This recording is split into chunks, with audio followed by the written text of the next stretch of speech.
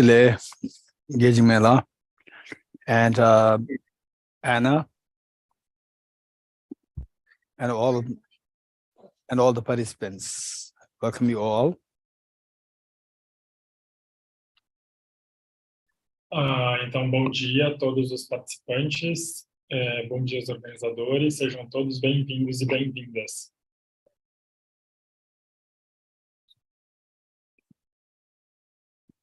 Valentin Gonda, so nice to see you again. Thank you, Geshe. Welcome. So shall I begin, or I wait for somebody to introduce something? I think you can just start. Yeah, Jidmila said you might start whenever you want. Okay. So last time we were talking about the four essentials to establish emptiness, the four essentials, and we will do a quick recap of what we did before. Então, da última vez a gente estava falando das quatro essenciais para estabelecer o vazio, e hoje a gente vai recapitular um pouco.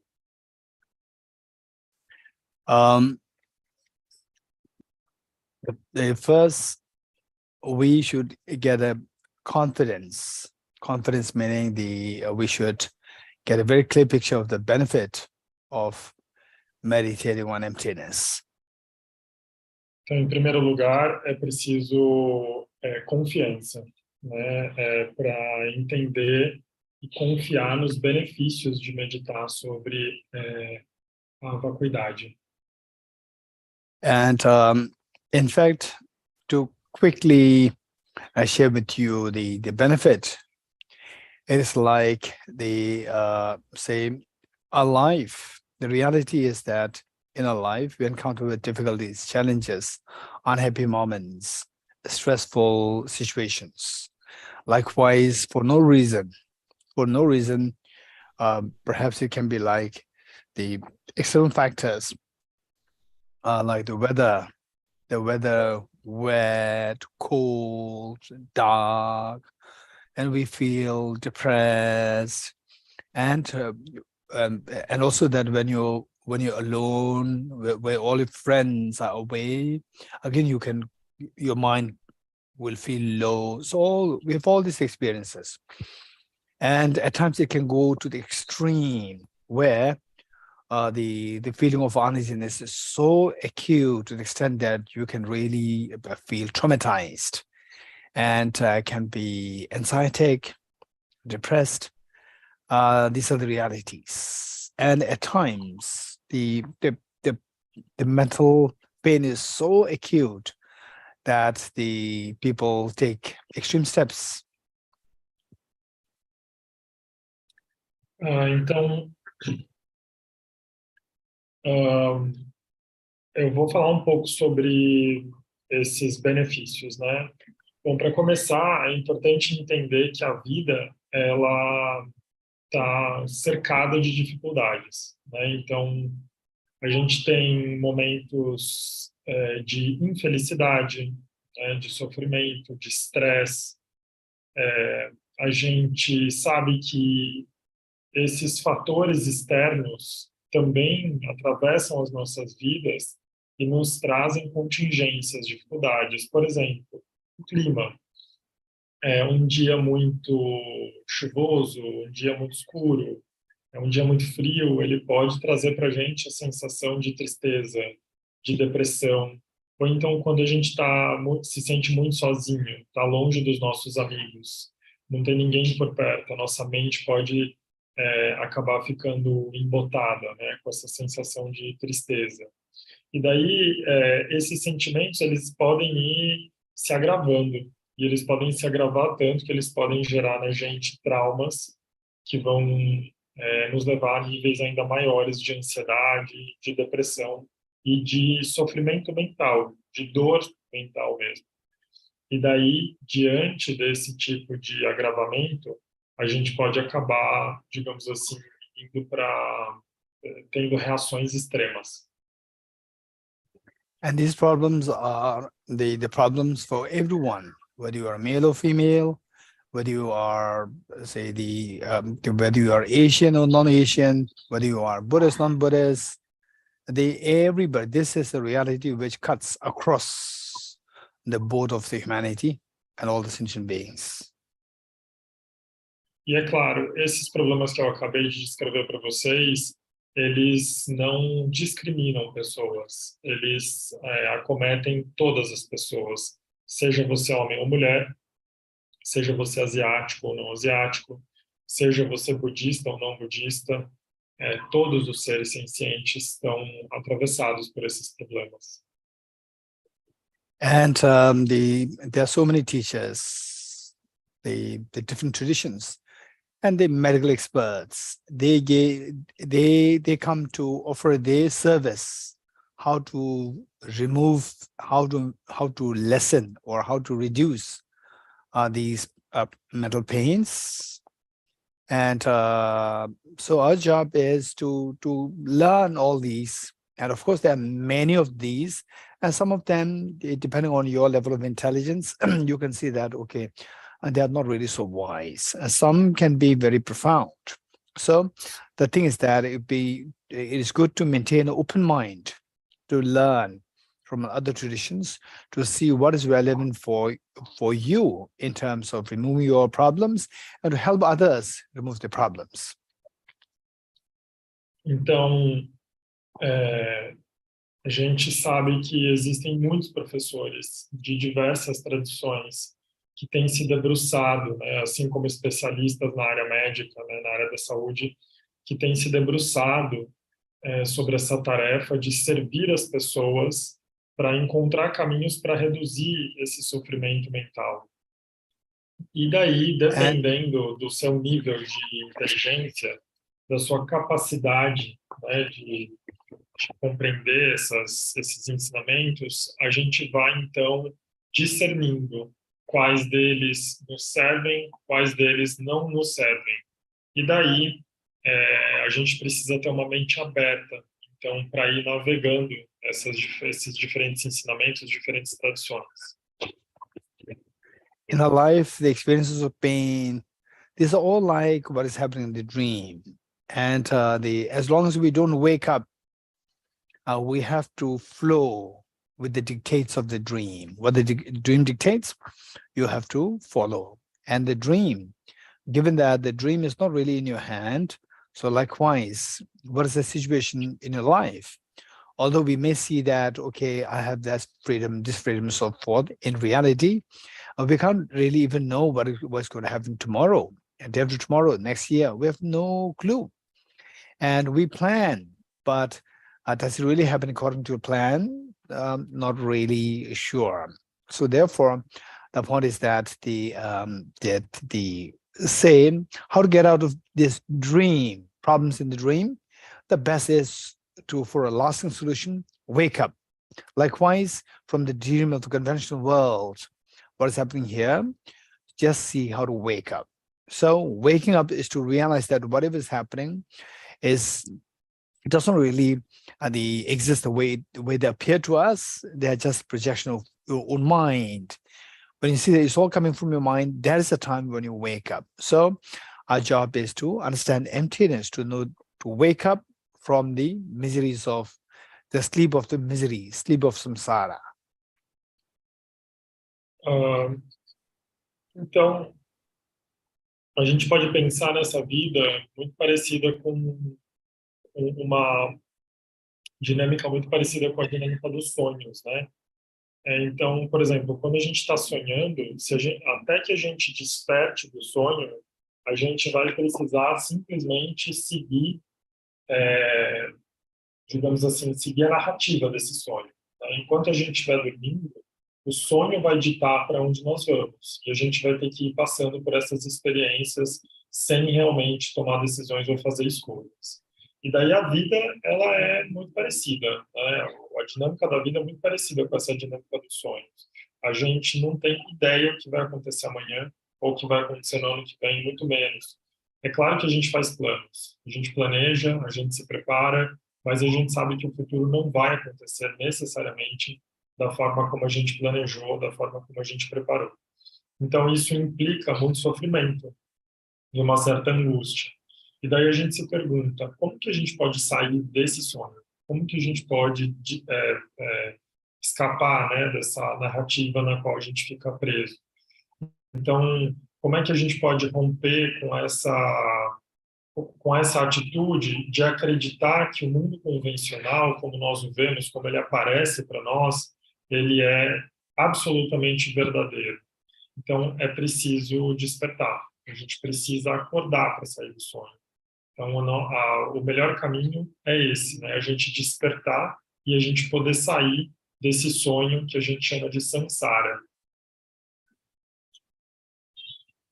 So it is not that easy how to wake up. Oftentimes, the problem is that people say that, no, these are just you're coming from your mind. Is what your mind creates. But then, how do I know this? How do I know this? This question. No. These are your mental projections. How do I know that these are mental projections? No, these are your mental projections. So this insistence will not help. So this is following blind faith. So even the person who tells you to wake up is also following blindly.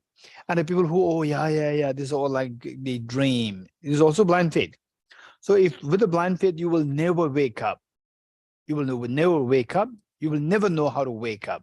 So therefore, whether we like it or not, it's not that easy. It's not that easy, but we have to follow the steps to actually make you wake up. So what is that step? Então, é claro que despertar desse sonho que a gente vem falando não é fácil, né? A gente escuta as pessoas, né, diversos chamados professores, né, dizendo que essas coisas que a gente sente, que a gente pensa, elas são simplesmente fruto, né, da nossa mente, que elas são simplesmente projeções mentais. Mas a questão é, como que você sabe o que é projeção mental? Como que você sabe o que é simplesmente fruto dessa mente deludida? Se a gente simplesmente aceitar essas afirmações, a gente muito provavelmente vai estar aceitando elas a partir de uma fé cega, né? A gente vai estar aceitando elas simplesmente por aceitá-las e sem uma análise crítica. E dessa forma, a gente nunca vai despertar, a gente nunca vai conseguir sair desse sonho. Para a gente conseguir aprender a forma de despertar, de sair desse sonho, a gente precisa seguir alguns passos. Sometimes I'm sure that you have met with many of the cases, many people. So when you go through some problems, so I will relate this with Buddhism, and then the others can relate this with any other religion or any other belief system. Say, for example, you go through some obstacles or some difficult times in life, and one of your friends tell you that, oh, pray to Buddha that this problem will be over. And then you prayed, and the problem is still there. And the problem is still there. I prayed, no, you have no trust in the Buddha. You don't believe in the Buddha. So your devotion to Buddha is so weak. You have to strengthen your devotion to Buddha. Okay, I'll try my best. And then now still no problem is not solved. So I prayed, I strengthened my belief in Buddha, but it doesn't help. And still the problem is same. The world, look at the Ukraine war, is still happening. And look at all this COVID-19, it kills so many people. I prayed, it didn't work. No, your devotion is too weak. Then next question, how to make my devotion strong? Right? No, you have to build your devotion strong. This will not help. This is blind faith. The person who tells you that your devotion is lacking, that person who tells you, is this very sure that the person also have a strong devotion? These are all the questions. So therefore, the point is that blind faith has no room for your transformation of your the emotions. So to remove the problems, to remove your pains and so forth, there's no room for blind faith. So the faith supported by the wisdom and intelligence, that is extremely strong, unwavering, and will take you to what you desire. So how to cultivate this faith or confidence on the basis of wisdom? This is so precious. Então, às vezes, bom, eu tenho certeza que muitos de vocês já passaram por isso, né? Muitas pessoas, quando elas atravessam problemas na vida delas, sejam elas budistas ou não, né? Ou tenham a fé em alguma outra religião, elas têm o hábito de rezar, né, de orar. E daí elas rezam, por exemplo, o budista ele vai orar para o Buda, ele vai rezar para o Buda, mas daí por qualquer motivo não deu certo essa prece e o problema continua lá. E daí ela vai conversar com seu professor ou com seu amigo de prática, e daí essa pessoa vai dizer assim para ela: eu acho que a tua devoção no Buda não é forte o suficiente. Eu acho que você, infelizmente, não está se dedicando a essa devoção o suficiente, então acho que você precisa tentar mais. E daí a pessoa vai lá, se esforça, da forma, né, que quer que seja, se esforça, tenta de novo fazer a oração e não ajuda, está lá ainda. A Covid-19 está lá, a guerra na Ucrânia está lá, todos os problemas do mundo estão lá e nada se resolve. Daí ela se pergunta, mas como que eu faço para fortalecer essa fé? Né? E daí a gente tem que se fazer a seguinte pergunta. Essa pessoa que está pedindo para você, que está dizendo para você que a tua fé não é suficiente, será que essa pessoa tem certeza como ela tem que fortalecer a própria fé dela?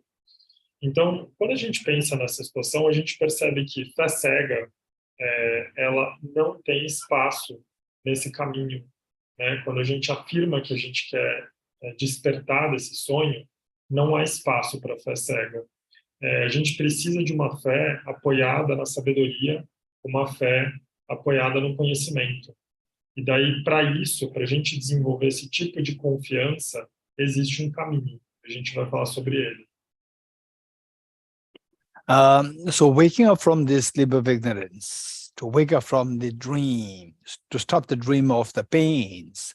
And this is not easy, but it reminds me of one great Indian master, in whose teachings a great encouragement was said.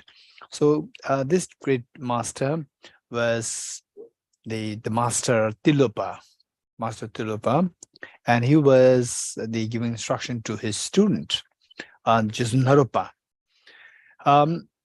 So he said that even though the darkness, even though the dream, the sleep, the darkness of ignorance, the sleep, you've been in this sleep for all these countless eons and eons and eons of time, but one light of wisdom will dispel it instantly. This is amazing, great inspiration for us. Otherwise, you have a problem for all these many years, and your disease, illnesses have been so for many years, you've been suffering from the chronic disease. And then you expect some miracles happening. No, you can't really expect that. And there's remedy there. It will take many years. You feel so demoralized. But this is very encouraging when this great teacher said that however many eons and eons of the time of the darkness enveloped the cave, but one moment of the light will dispel this darkness, however long it might have been there. So likewise, he said that one moment of the wisdom to wake up from sleep of ignorance, that is good enough to simply dispel the darkness in which you have been living for the last innumerable lifetimes. Is very encouraging. Então, despertar desse sonho de ignorância não é uma tarefa fácil, mas toda vez que eu penso nessa tarefa de despertar, eu sempre me lembro de um mestre, de um grande mestre indiano, que é o mestre Tilopa. Eu lembro de um ensinamento que ele estava dando para o discípulo dele, Naropa, que ele dizia assim, que por mais que nós estejamos envolvidos por essa escuridão, né, da ignorância, por muitos e muitos kalpas, por muitos e muitos anos, é apenas um raio de luz é suficiente para acabar com essa ignorância, com essa escuridão profunda. E daí, quando eu penso nisso, eu penso que, às vezes, né, se a gente fosse comparar, por exemplo, com uma doença, né, quando a gente fica doente por muito tempo, a gente perde as nossas forças, né, a gente perde a nossa energia, e daí a gente tem aquela sensação de que a gente, por mais que tenha um tratamento, a gente não vai conseguir se recuperar, a gente se sente muitas vezes desmoralizado, né, por essa situação que é degradante. Eu fico pensando como é maravilhoso, como é encorajador saber que, por mais que a gente esteja envelopado nessa ignorância, né, embrulhado nessa ignorância por tanto tempo, basta um momento de sabedoria. Um momento é suficiente para iluminar, né, toda essa escuridão e ajudar a gente a esclarecer toda essa ignorância. Okay. So with this, the next point is what is that wisdom? How to wake up? So for this, yes, of course, it'll take time. There is a great encouragement from this great teacher. It'll take time. It'll take time. What should I do? They say simply because it takes time and you don't want to do it, it'll not help. You have to continue to suffer. It's better to try something. So one time there was one, a student say she came to meet me, and then she said that I've been meditating on emptiness, wisdom of emptiness, and it helps sometimes. But when you really go through mental problems, I think about it, it doesn't work. So I said that you have to study Acharya Chandrakirti's text more seriously. And then she asked me, how long will it take? I said 2 years, minimum 2 years. She said, are you? Then I said, you choose between two things. You choose 2 years IO or lifelong IO. That you choose. Either you go for 2 years IO or you go for lifelong IO. That is your choice. This is what I told her. Geshe, sorry, what did you say, Ayo? Ayo means, the feeling of the uneasiness, unhappiness. Oh no. Got it. So she said that, God. I said that. Got it. But she said, how long will it take? I said 2 years, minimum 2 years. She said, Ayo, oh no. Okay. Then I said, you choose between two oh no's. Right? Okay. One is 2 years, that oh sounds... no, or many lifetimes, oh no, that you choose. There's no third choice. That sounds very Taiwanese, this Ayo. Então, é claro que a gente fica se perguntando, né, que sabedoria é essa? De que tipo de sabedoria que a gente está falando? As palavras do Tilopa, elas são muito encorajadoras, mas a gente sabe que vai demorar. O processo, ele é longo, ele é demorado. Mas daí o que eu faço? Então, diante da constatação de que o processo de adquirir essa sabedoria, ele é um processo longo, então eu desisto, né? Eu abro mão dele. Bom, isso também não vai me ajudar, porque o sofrimento está aí, né? Está dado. Então, quando eu penso nisso, eu lembro de uma aluna minha que fez o curso, né? Aprendeu sobre a meditação, sobre a vacuidade, e daí ela veio um dia para mim e falou assim também, Geshe lá, eu tenho meditado sobre a vacuidade e me ajuda às vezes, mas com alguns problemas não me ajuda em nada, não. Eu não estou conseguindo resolver. E daí eu falei para ela, nesse caso, eu acho que você vai precisar estudar um pouquinho mais o texto do Chandrakirti, né? E daí ela perguntou para mim, mas quanto tempo que vai demorar para estudar esse texto? Eu falei, olha, esse texto no mínimo 2 anos de estudo. Ela falou, nossa, não, 2 anos de estudo é muita coisa. Daí eu disse assim para ela, bom, dado esse contexto da nossa vida humana, você pode escolher 2 anos de IO, 2 anos de lamentação, ou uma vida inteira de lamentação. É você que sabe. So the point is that, so what I would suggest for all of us is that, given that this is the long-term plan, we need something to be convinced and at the same time expand it. So what I would suggest practically is that so we need to have a short-term plan and long-term plan. And the long-term plan is just finally to see and let your mind keep growing in waking up, to wake up more. For that, we need to go for, we need to have a consistency, and we need to have rigor. Consistency and rigor. Consistency means sustain your studies and reflection on the wisdom of emptiness, number one. Sustain your studies and reflection on the wisdom of emptiness, number one. Then number two is the immediate, just see if there is something that can be done, like meditation, a simple meditation, and you will get some feeling that, okay, if I do this practice, it helps me, at least temporarily it helps me. And if I deepen this practice, it will really help me profoundly. So this are the two things that are required, one long-term plan and the other short-term plan. Então, eu tenho uma sugestão para todos nós, né? Se a gente realmente quer entrar nesse caminho, eu sugiro que a gente precisa de, considerando que esse é um caminho vitalício, esse é um caminho para a vida toda, eu acho que a gente precisa de duas coisas. Primeiro, a gente precisa se convencer dele, da importância dele, e depois a gente precisa expandi-lo, né? E daí, para isso, a gente vai fazer dois tipos de plano. Um plano a curto prazo, um plano a longo prazo. Primeiro, a gente precisa ter esse plano de permitir que a mente se expanda, que ela cresça. E para isso, a gente tem que ter consistência e rigor.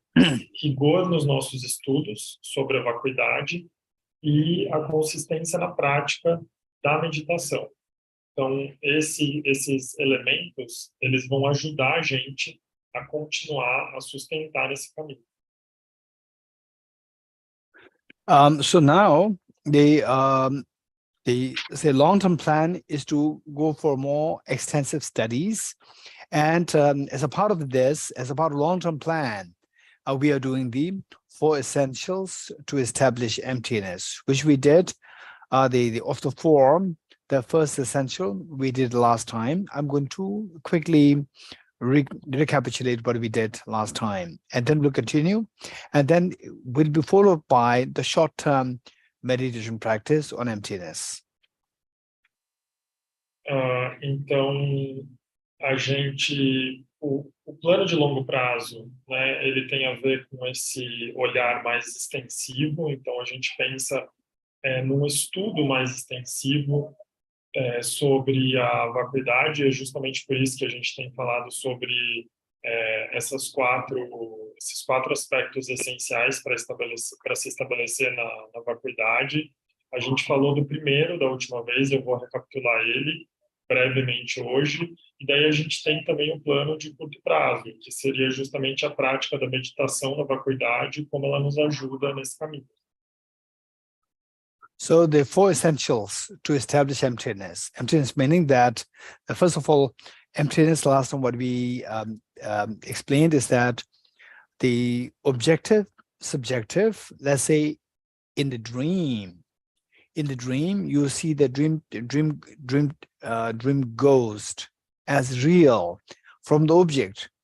And when you wake up, you see that the dream ghost was just actually coming from your mind, not from the object. So waking up, you see that dream ghost is empty of objective reality. So this is the meaning of emptiness. Emptiness also means nothing exists. It means that it does exist.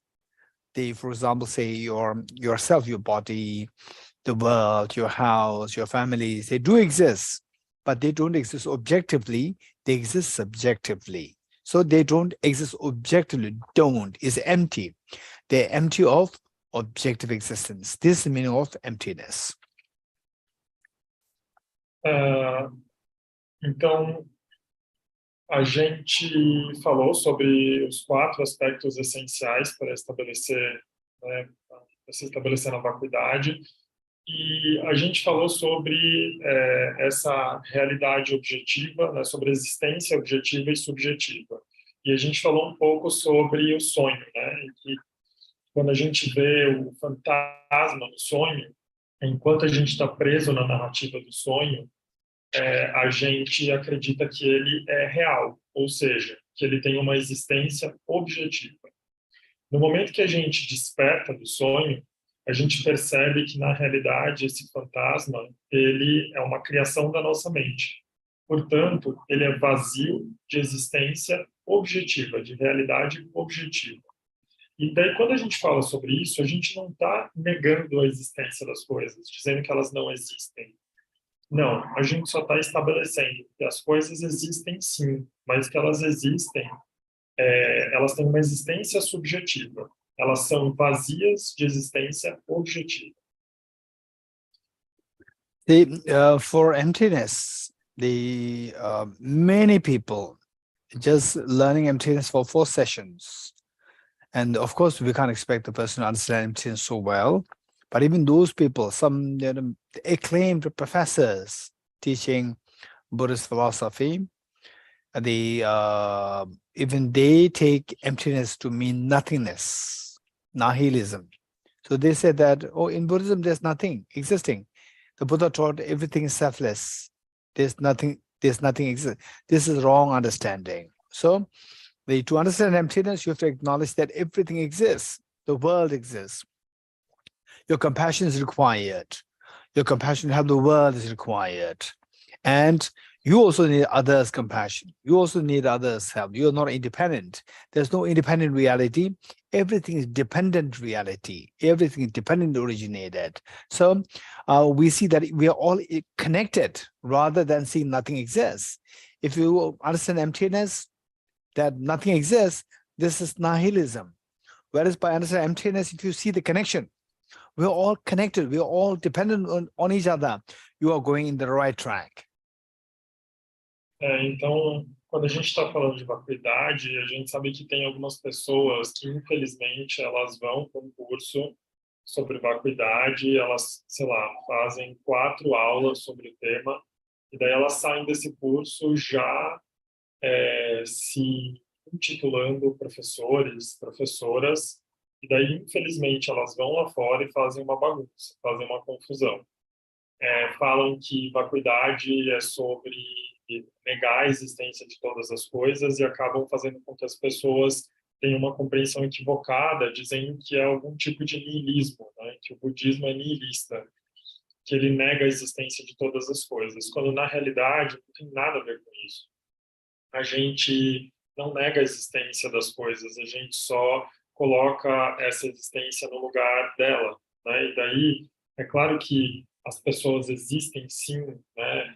As nossas famílias, os nossos amigos, as nossas relações, nos seus devidos lugares, elas existem, e é por isso que a gente precisa sim de compaixão, a gente precisa sim de amor, a gente precisa sim de conexão, né? Esses são elementos fundamentais para a vida, porque a gente, na medida que a gente vai reconhecendo a vacuidade, a gente também reconhece a natureza interdependente de todas as coisas.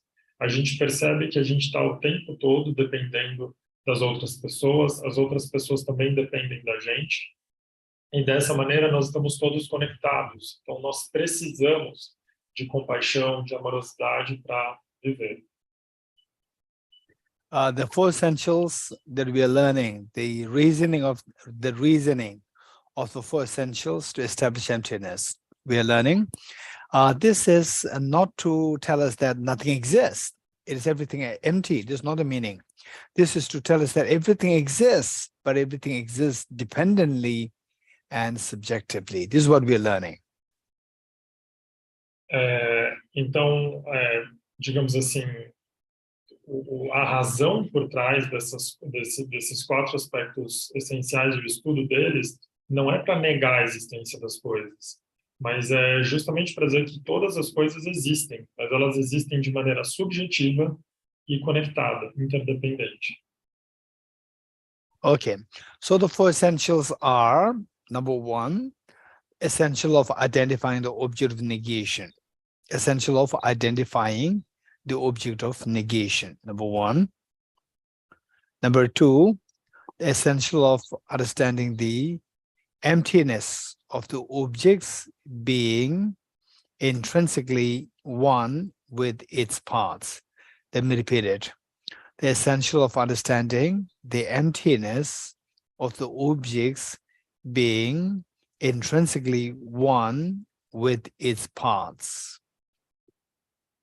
Number two. Number three, just change the intrinsic one to intrinsically different. Number three is the essential of understanding the emptiness of the objects being intrinsically different from its parts. The essential of understanding the emptiness of the objects being intrinsically different from its parts. Then finally, the essential of understanding the pervasion. Pervasion meaning, okay, to make it full, essential understanding the pervasion that anything which is empty, you repeat what we said before, anything which is empty of being intrinsically one with its parts and intrinsically different from its parts entails the emptiness of objective existence. Let me repeat it. The last one. The essential of understanding the pervasion, P-E-R-V-A-S-I-O-N, pervasion, that anything which is empty of being one with its parts and the being different, being intrinsically different from its parts, entails the emptiness of objective existence of the object. Então, a gente tem os quatro aspectos essenciais, né? Primeiro, né, identificar o objeto de negação. Segundo, entender o objeto como sendo intrinsecamente um com as suas partes.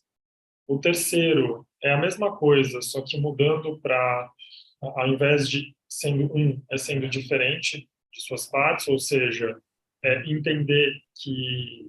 entender a vacuidade, né, dos objetos como sendo intrinsecamente diferente de suas partes. E, por último, é o aspecto universal, ou penetrante, né, que significa a vacuidade da existência objetiva do objeto. Okay. The four essentials may sound little technical. Yes, it is technical. And yet, if you pay a little attention, pay a little more attention, we can understand it. It's not that too difficult. É claro que quando a gente escuta assim pode parecer muito técnico, e é de fato um pouco técnico, mas se você prestar um pouco de atenção, não é tão difícil de entender. Okay. The first one, which we did earlier, that also requires to be revised. The first one, the essential of identifying the object of negation. When we say emptiness, what do you mean by emptiness? Empty of what? When I say that, okay, my mug does not have milk, what do you mean by that? It is empty of milk. So what is it's not saying that the mug is not existent. Mug exists, but that it is empty of what? Empty of, the mug is empty. Empty of what? Empty of water, empty of air, empty of milk, what? So say that if I'm keen to drink milk, then I will say it's empty of milk. So what is negated? When it's empty, you negate the milk. So when we say emptiness, emptiness, okay, Buddha taught emptiness of the world. What do you mean by that? The world doesn't exist? This is not the meaning. So when emptiness means it negates something, it rejects something. What is rejected? It does not reject the world. It rejects the objectively, or it rejects the independently existent world. Independent existence or objective existence. That is rejected. So we need to separate the world and the independently existing world. World is not rejected. Independent existent world, this is rejected. We need to know this distinction. If you can make the distinction well, then you get the first essential understanding the object negation. Então, primeiramente, né, quando a gente fala desse primeiro aspecto, né, que é identificar o objeto de negação, é muito importante para a gente começar a estudar. Então, por exemplo, se eu pego a minha caneca e falo que a minha caneca está vazia, eu preciso me perguntar, ela está vazia do quê? Por exemplo, se eu digo que ela está vazia de leite, eu não estou me referindo a ar, eu não estou me referindo a água, eu não estou me referindo a chá, eu estou me referindo a leite. Então, se perguntar, ela está vazia do quê? Se eu estiver falando sobre leite, se eu estiver com vontade de beber leite, eu estarei falando que eu estarei negando a existência do leite dentro dessa caneca. Da mesma forma, quando o Buda ensinou a vacuidade do mundo, né, da existência, ele não estava negando a existência do mundo, mas ele estava negando a existência de um mundo independente, ou seja, uma existência independente ou uma existência objetiva desse mundo. Por isso que a gente precisa fazer a distinção. Ele não nega a existência do mundo, mas ele nega um tipo específico de existência de mundo. Okay, so for this, we need to remember two things. Number one is, when you talk about emptiness, what's the object negation? What is that thing which you said to be empty? Empty of what? This is number one. So we said empty of the world, not the empty world, empty of the objective world or an independent world, number one. The next question, what do you mean by independently existing world? Or what do you mean by objectively existing world? So these are two questions that we need to be resolved to understand this first essential. Então, daí tem duas perguntas que a gente precisa fazer. A primeira pergunta é, qual o objeto de negação? Essa a gente já fez, e o objeto de negação não é o mundo em si, mas é a existência de um mundo, de uma realidade objetiva ou de uma realidade independente. E daí a segunda pergunta que a gente tem que se fazer, que é uma consequência dessa primeira, é o que a gente quer dizer por existência independente ou existência objetiva?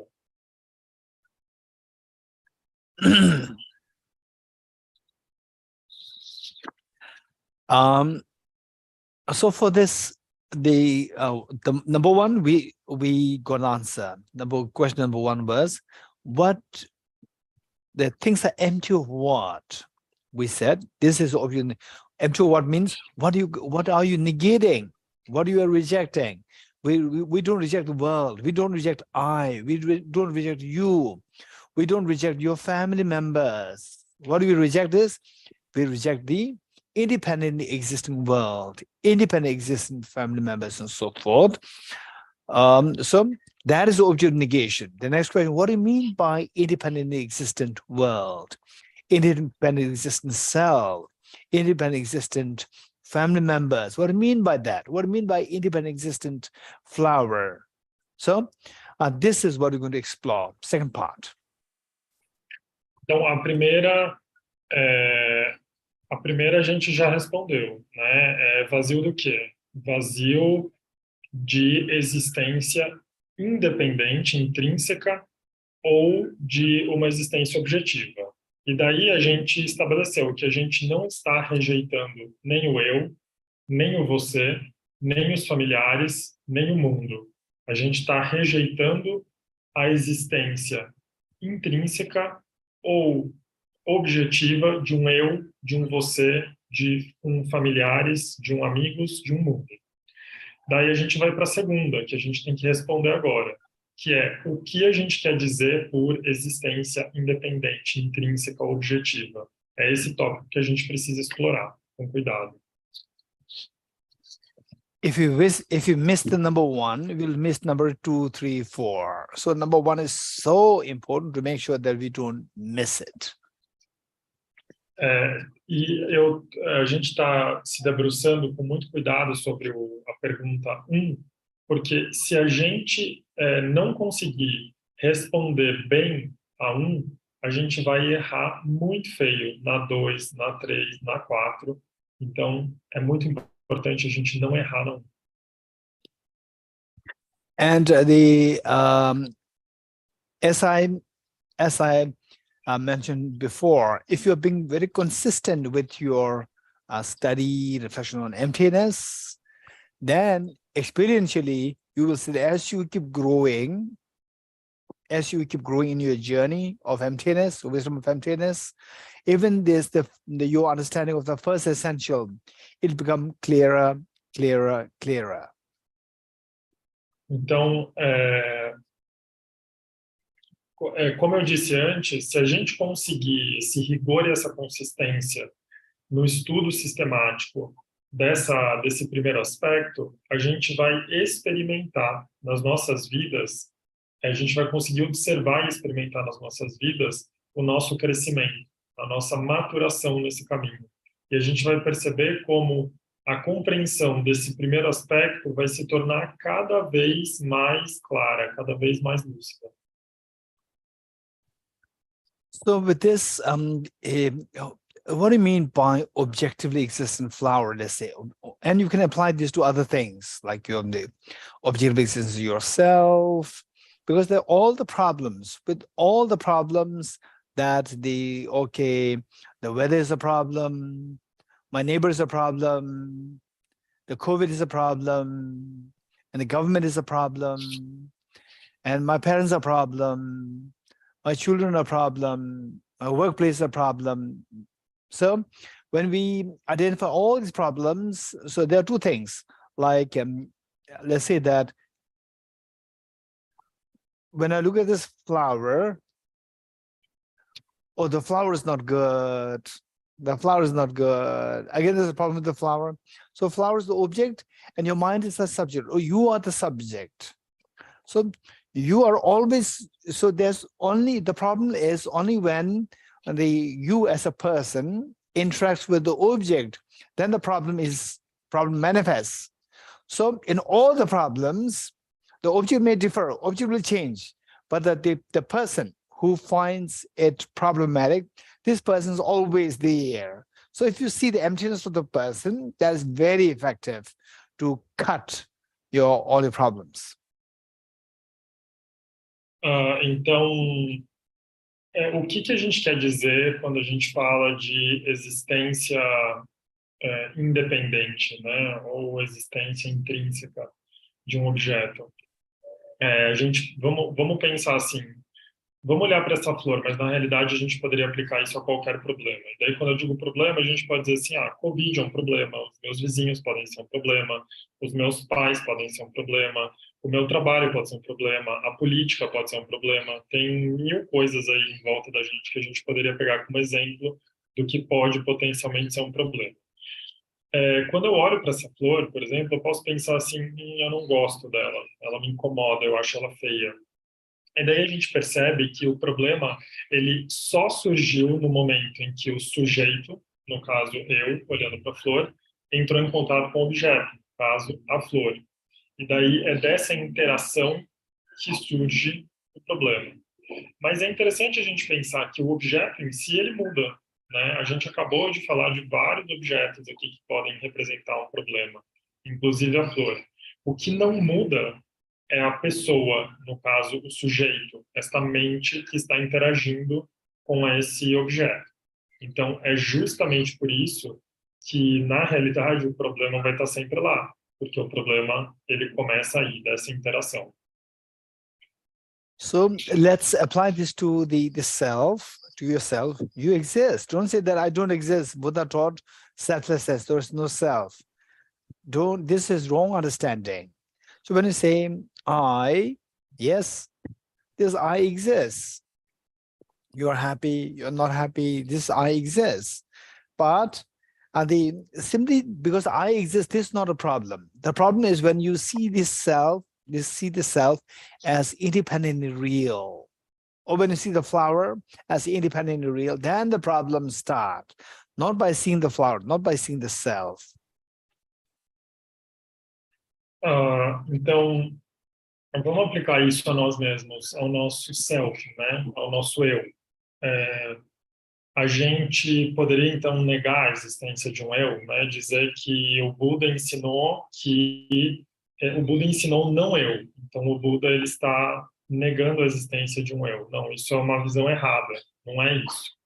É claro que esse eu existe, esse eu experimenta felicidade, experimenta tristeza, experimenta coisas agradáveis e desagradáveis. O que não existe é um eu intrínseco, independente ou objetivamente existindo. E daí, o único problema é quando a gente passa a se perceber, a perceber esse eu como intrinsecamente real ou objetivamente real. So if you look at the self, just see how does this person appear to you. I'm so solid there. Does this self appear like a dream? Say like a dream or opposite of a dream? Of course, this self appears not like a dream, as so solid real. So that is what is the difference between the dream self, the dream person, and yourself now? The dream person is coming from your mind. It's coming from your mind, the dream person, the dream flower. They're all projection of your dreaming mind. And what is this person? That doesn't come from my mind. It's so real there. So this is a difference. One coming from the mind, from the subject. One is seen as coming from the object. So when you see that, unlike the dream which comes from the mind, when you see the self, the flower, your house, all coming from the object, that is the meaning of the object, the flower, the self, to be seen as independent real or objective real. So this is what we're going. This perception is the root of all the problems. We have to know that this perception is wrong. Então, vamos continuar nessa análise do eu, né? Então, quando a gente se olha, por exemplo, quando você olha para você mesma ou para você mesmo, muito provavelmente você se vê como uma existência sólida, né? Uma existência sólida, ou seja, ela não aparenta como um sonho, certo? É tão real, né? A gente sabe que os sonhos vêm das nossas mentes, a gente sabe que são projeções das nossas mentes.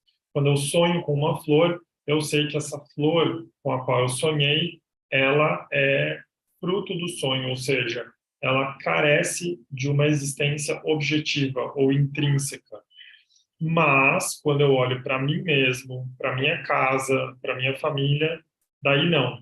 Daí eu entendo que eu e esses outros objetos, eles vêm de uma existência intrínseca, objetiva, eles são reais. E daí é exatamente essa a raiz de todos os problemas que a gente está tratando aqui. To give you an example, say, how does your mind, for example, sadness, anger, fear, depression, anxiety. So how do they arise? Is when you see the object in one particular way. And these emotions, they're all determined by your perception. When you change your perception, your emotions are fixed, your emotions are healed. And this, I will give you a very simple example, and this will be very, very helpful for us.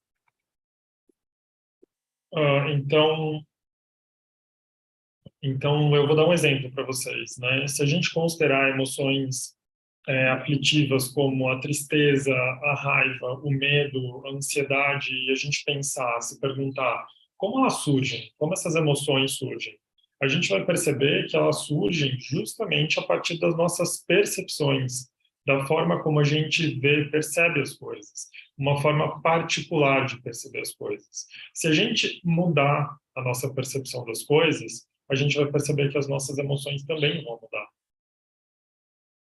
And if I ask you the question, in dreams, sometimes we have very scary dreams. Scary dreams meaning that in the dream, your emotions, there's emotions of fear, extreme fear. In fact, I also had many of these dreams in the past. So I'm sure each one of you had a similar dreams. So there's a tremendous emotional fear there. When do these emotions subside? Answer is, I'm sure you will agree with me, that when you wake up, you will feel so much relief, the fear dissolves.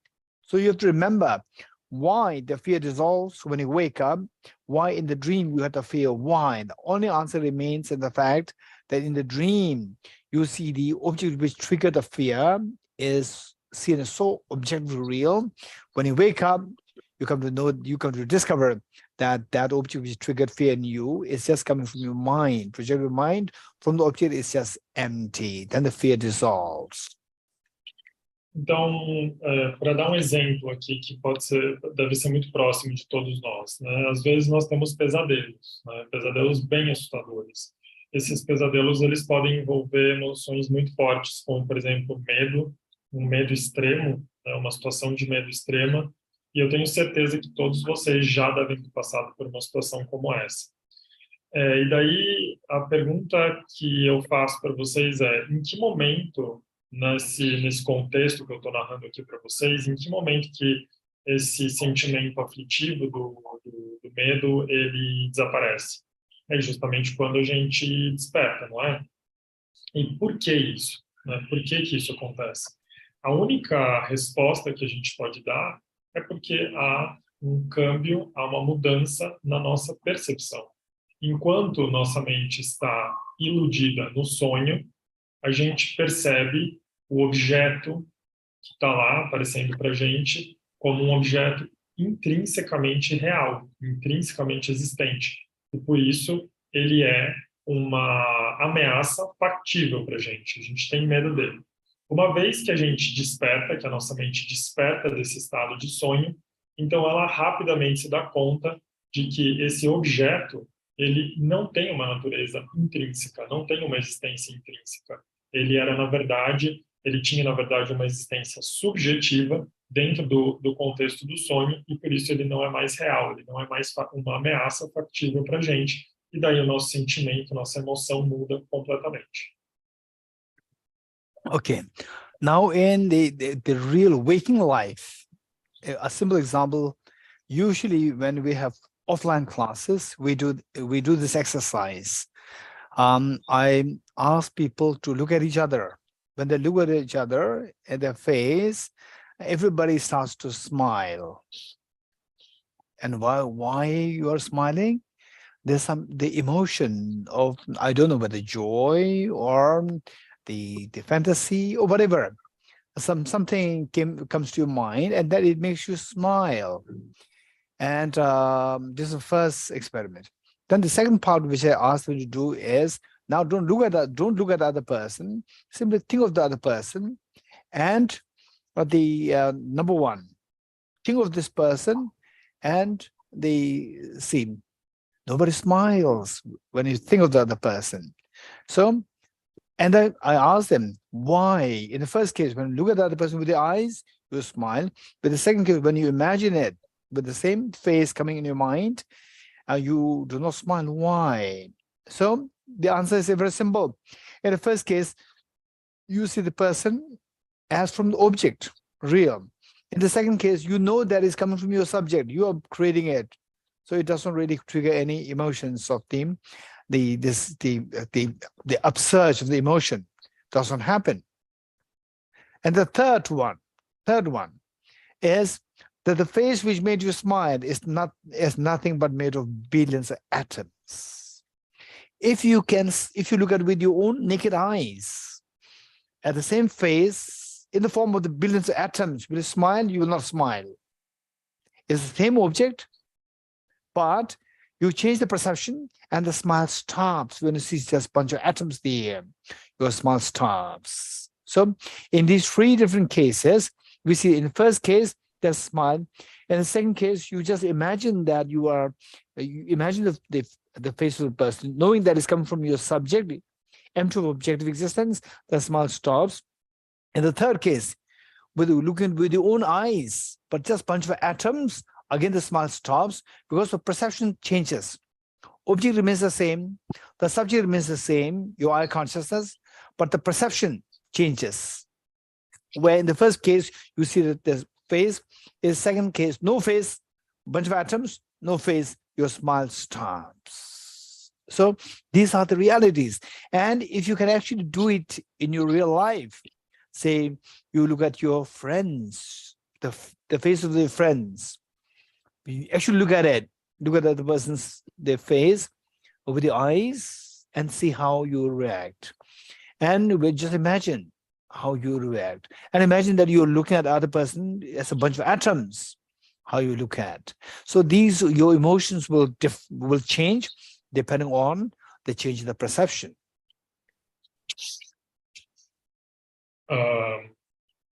A gente pode experimentar isso na vida real, na vida desperta, né? Na nossa vida diária. Por exemplo, quando a gente tem as aulas presenciais aqui, eu sempre peço para as pessoas fazerem um exercício muito simples.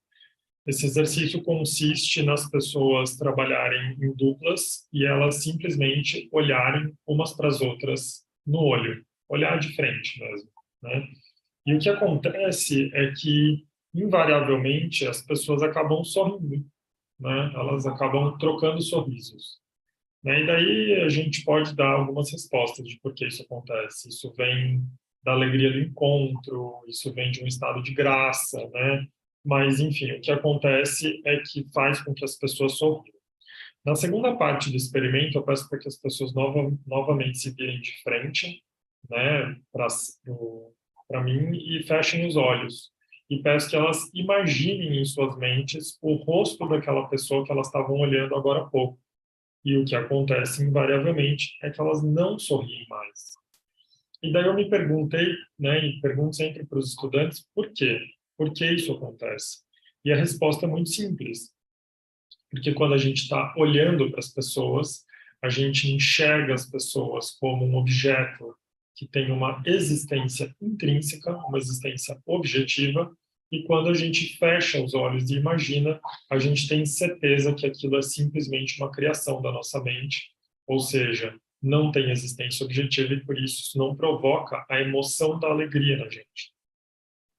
E ainda numa terceira etapa desse exercício, eu peço para que as pessoas novamente abram os olhos e se olhem. E daí eu começo a contar para as pessoas que esse rosto que elas estão olhando, na verdade, ele é apenas um aglomerado de átomos, né? Ele é apenas uma massa composta de bilhões de átomos acumulados que estão ali fazendo, né, formando aquilo que a gente chama de rosto daquela pessoa.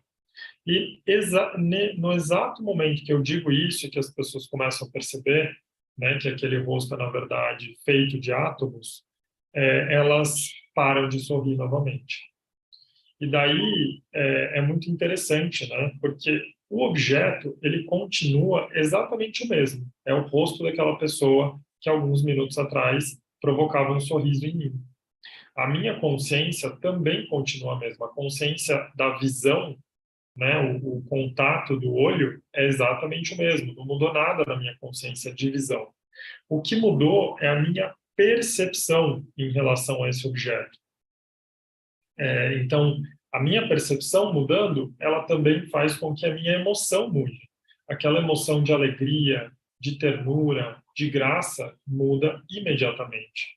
Então, a gente pode fazer o mesmo na nossa vida diária. Vocês podem fazer esse exercício com seus amigos. Vocês podem fazer esse exercício com pessoas aleatórias na rua e observar como vocês reagem, né? Como as suas emoções mudam conforme você vai, digamos assim, entre aspas, brincando com a sua percepção. My question to you is, when you look at the person, let's say your child, your husband, your wife, your parents, your sister, brother. When you look at that person, there's a certain emotions arising. But when you know that this the face which makes you feel something, that face is nothing but bunch of atoms. And when you look at this from the point of view of the atoms, the face is no more there. The face is not there. So my question to you is, where is this face? Where is this face which you earlier saw? Where is that face? You think of it very seriously. This is a very serious. Where is it? Now it's gone now. Where is it? So if it is not there, it's coming from where? Earlier you saw that. Where did it come from? From the object is not there. So you have to think very seriously, where did it come from? From where? This is a very serious question. Então, a gente pode observar isso acontecendo em diversos momentos, né? Quando a gente olha, por exemplo, para os nossos filhos, para os nossos pais, para o nosso irmão, para a nossa irmã, enfim, para qualquer membro da nossa família, algum tipo de emoção emerge, algum tipo de emoção surge.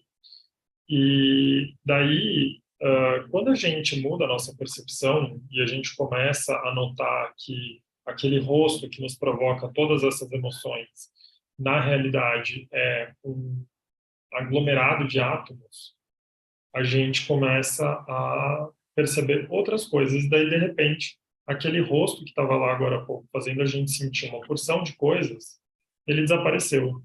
Aquele rosto que a gente tinha acabado de perceber, mas para onde ele foi? Aonde está aquele rosto? E, principalmente, para onde ele foi, mas uma pergunta ainda mais importante, da onde ele veio? Essa é uma pergunta muito séria que a gente tem que se fazer. So this has nothing to do with the blind faith. It's your experiential understanding. So from this, if ever you come to get a feeling that no, things are not there, things are all empty, then no need for compassion, no need for virtues, no need for doing virtues, is all empty. If this is what is coming to you, I would highly recommend you to discuss more or seek more advice and more teachings, particularly requires clarification from experienced teachers. This is very important.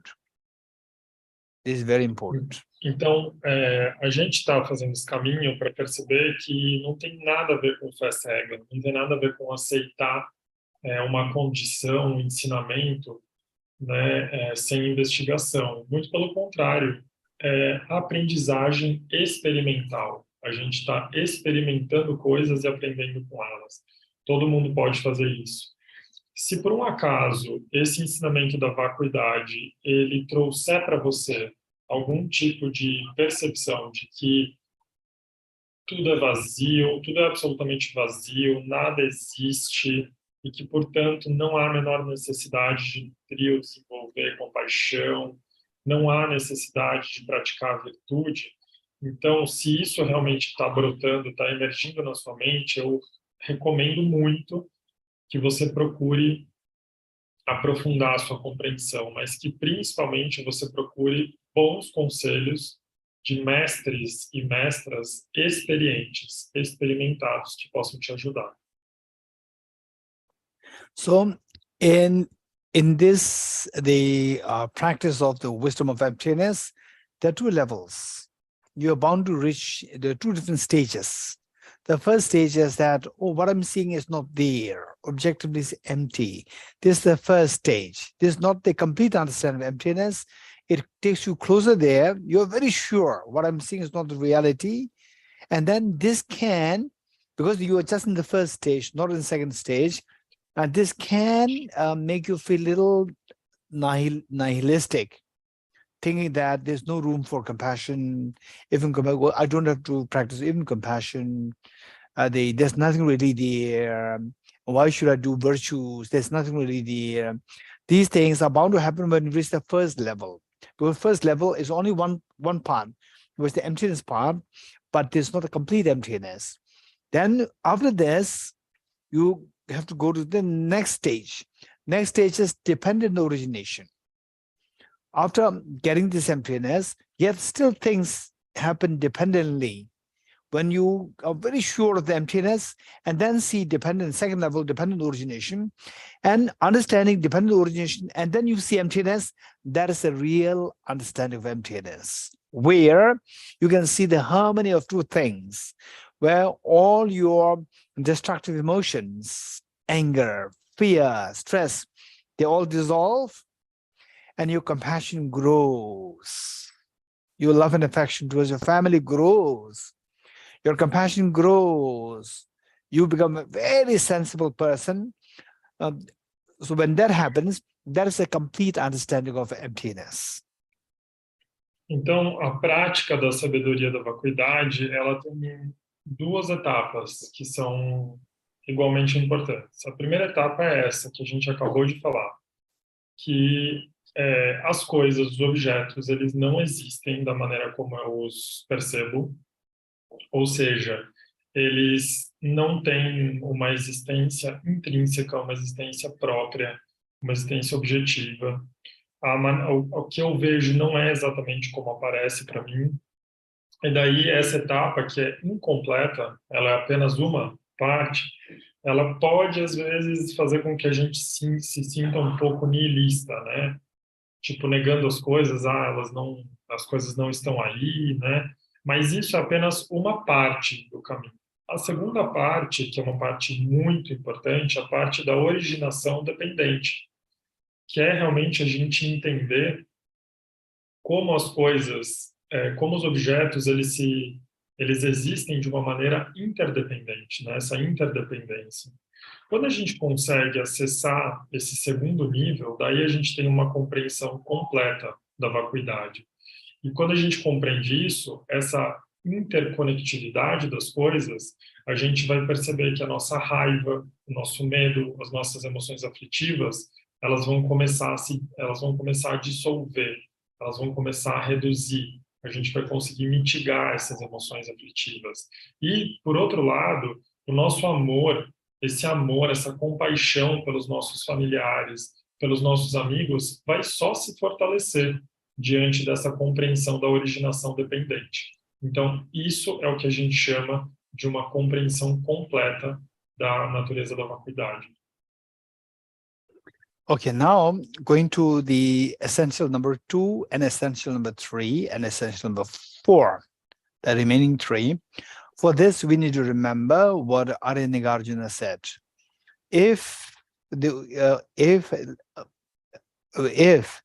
let's say that you see me in the water, from you are sitting 1 kilometer away from me, and you see me in water, and you wonder, is he really in water, or what I'm seeing is a mirage? So for this, my question to you is, how will you evaluate this? How will you evaluate whether I'm in water, or what you think is just a mirage? It's actually a mirage, but deceptively seen as water. How do you evaluate this? So the answer is that you will come closer to me, closer. So this is what Nagarjuna said. If the mirage, Nagarjuna said in Precious Garland, if the mirage were to be water, why not those close by the mirage see water? Let me repeat it. If the mirage were to be water, why not those close by the mirage see water? You come closer and see if there's water or not. If there's no water, what you earlier saw was a mirage. It was just deceptive. Okay, so likewise, if this person, okay, let's say the flower, if this flower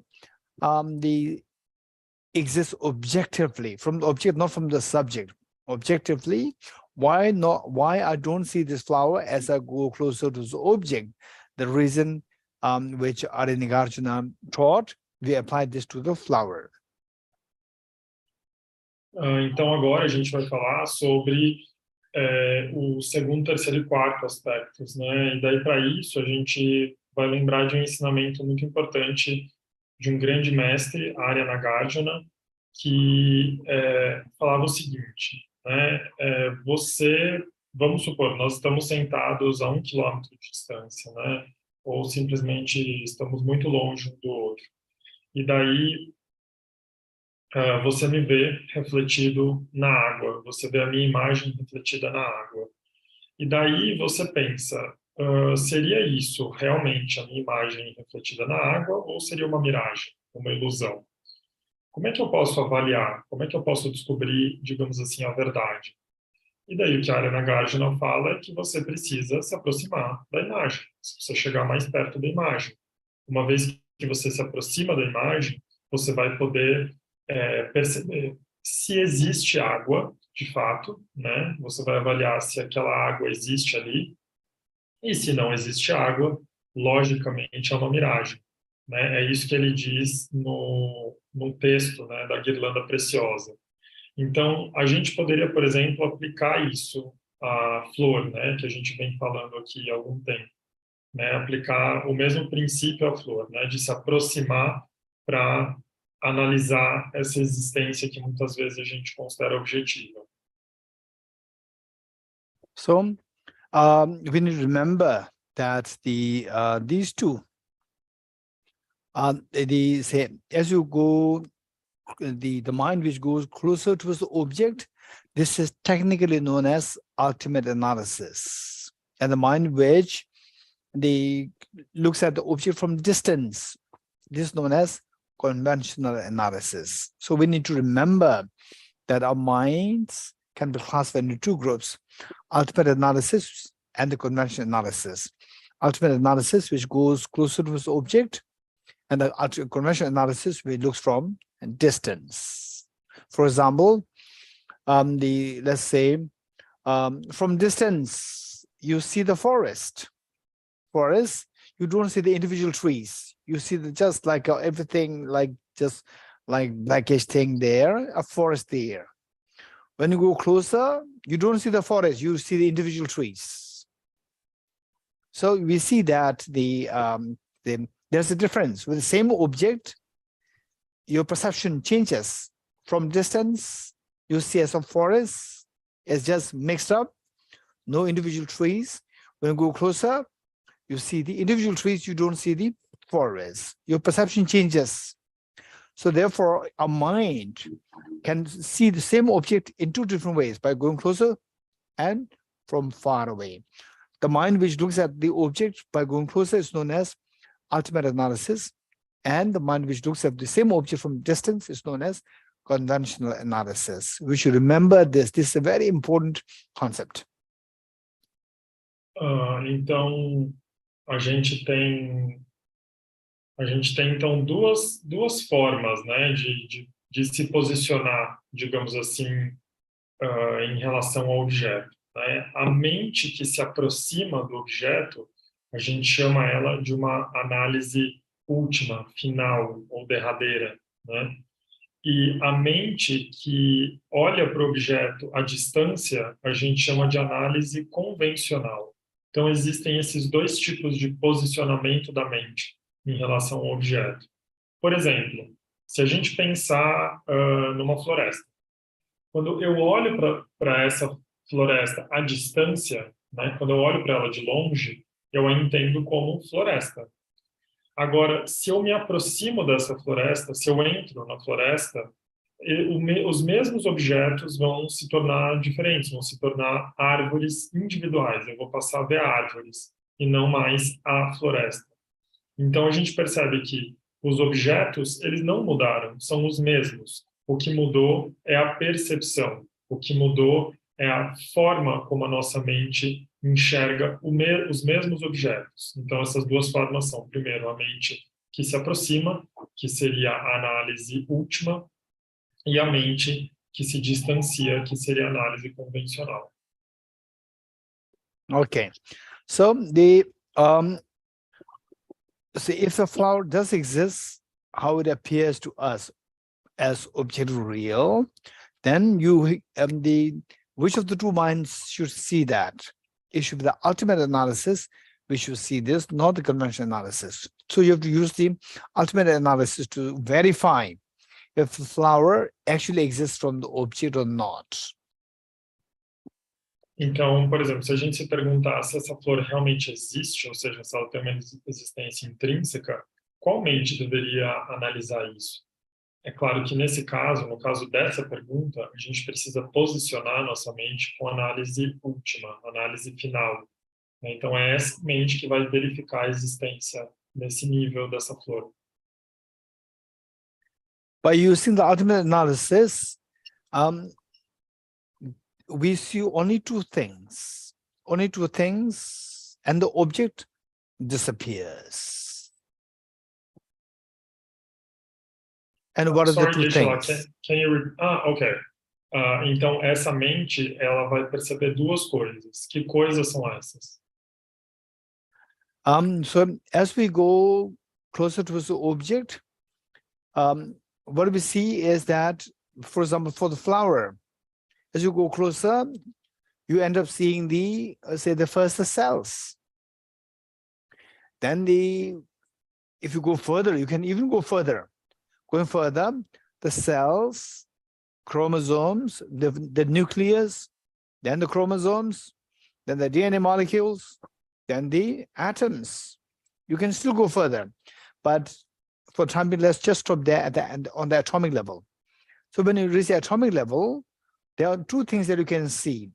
One is you just see a bunch of atoms, that's it. Number two, that you are not looking for the atoms, you're looking for the objectively existent flower. And instead of the atoms are not the objectively existent flower, atoms are not flower, so remove the atoms to see if it still exists. The objectively existent flower exists as different from the atoms. Remove the atoms, nothing is left there. So these are the only two possibilities which your ultimate analysis can see. So the next question is, where is this flower? Where is flower from the object? Where is it? Objectively existent flower? Where is it? It's nowhere. It's nowhere. These are the only two possibilities. If the flower does exist objectively, we only see these two possibilities, and these two possibilities don't hold true as a flower.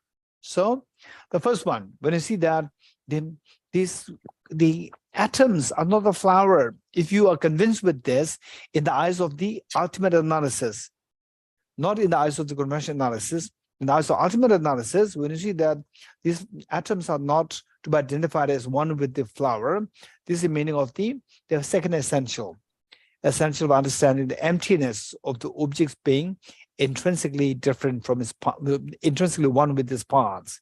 This is one. Então, quando a gente pergunta, né, quando a gente faz essa pergunta se a flor existe, a gente precisa se aproximar, a gente precisa dessa mente que se aproxima. E quando a gente vai se aproximando, se a gente se aproximar muito, o que a gente vai ver nessa flor são células. Né? E daí, se a gente for ainda mais, né, se a gente for além nessa análise, a gente vai perceber que tem cromossomos, moléculas, então a gente vai chegar no nível atômico. E a gente poderia ir, inclusive, além, mas a gente vai parar por aí, vamos pensar nos átomos, né? Quando a gente chega no nível atômico, a gente pode perceber duas coisas. Primeiro, a gente pode perceber que, na realidade, essa flor é um monte de átomos, é um aglomerado de átomos, ou então a gente poderia também dizer assim, peraí, remove os átomos, vamos ver o que sobra. E a gente ia ver que não sobra nada, não tem flor. Então, essas duas possibilidades, né? Quando a gente olha, né, a gente percebe que na realidade não tem flor, tem um monte de átomos. Ou então, quando a gente tenta tirar os átomos e sem os átomos encontrar uma identidade, um objeto flor, e a gente não encontra, a gente se pergunta, então para onde foi a flor? Né? Cadê a flor? A flor não foi para lugar nenhum. Né? Essas duas possibilidades, elas não conseguem nos mostrar essa verdade objetiva que a gente chama de flor. Né? E daí é nesse momento que a gente compreende esse terceiro aspecto essencial, né? Que é entender, né? Compreender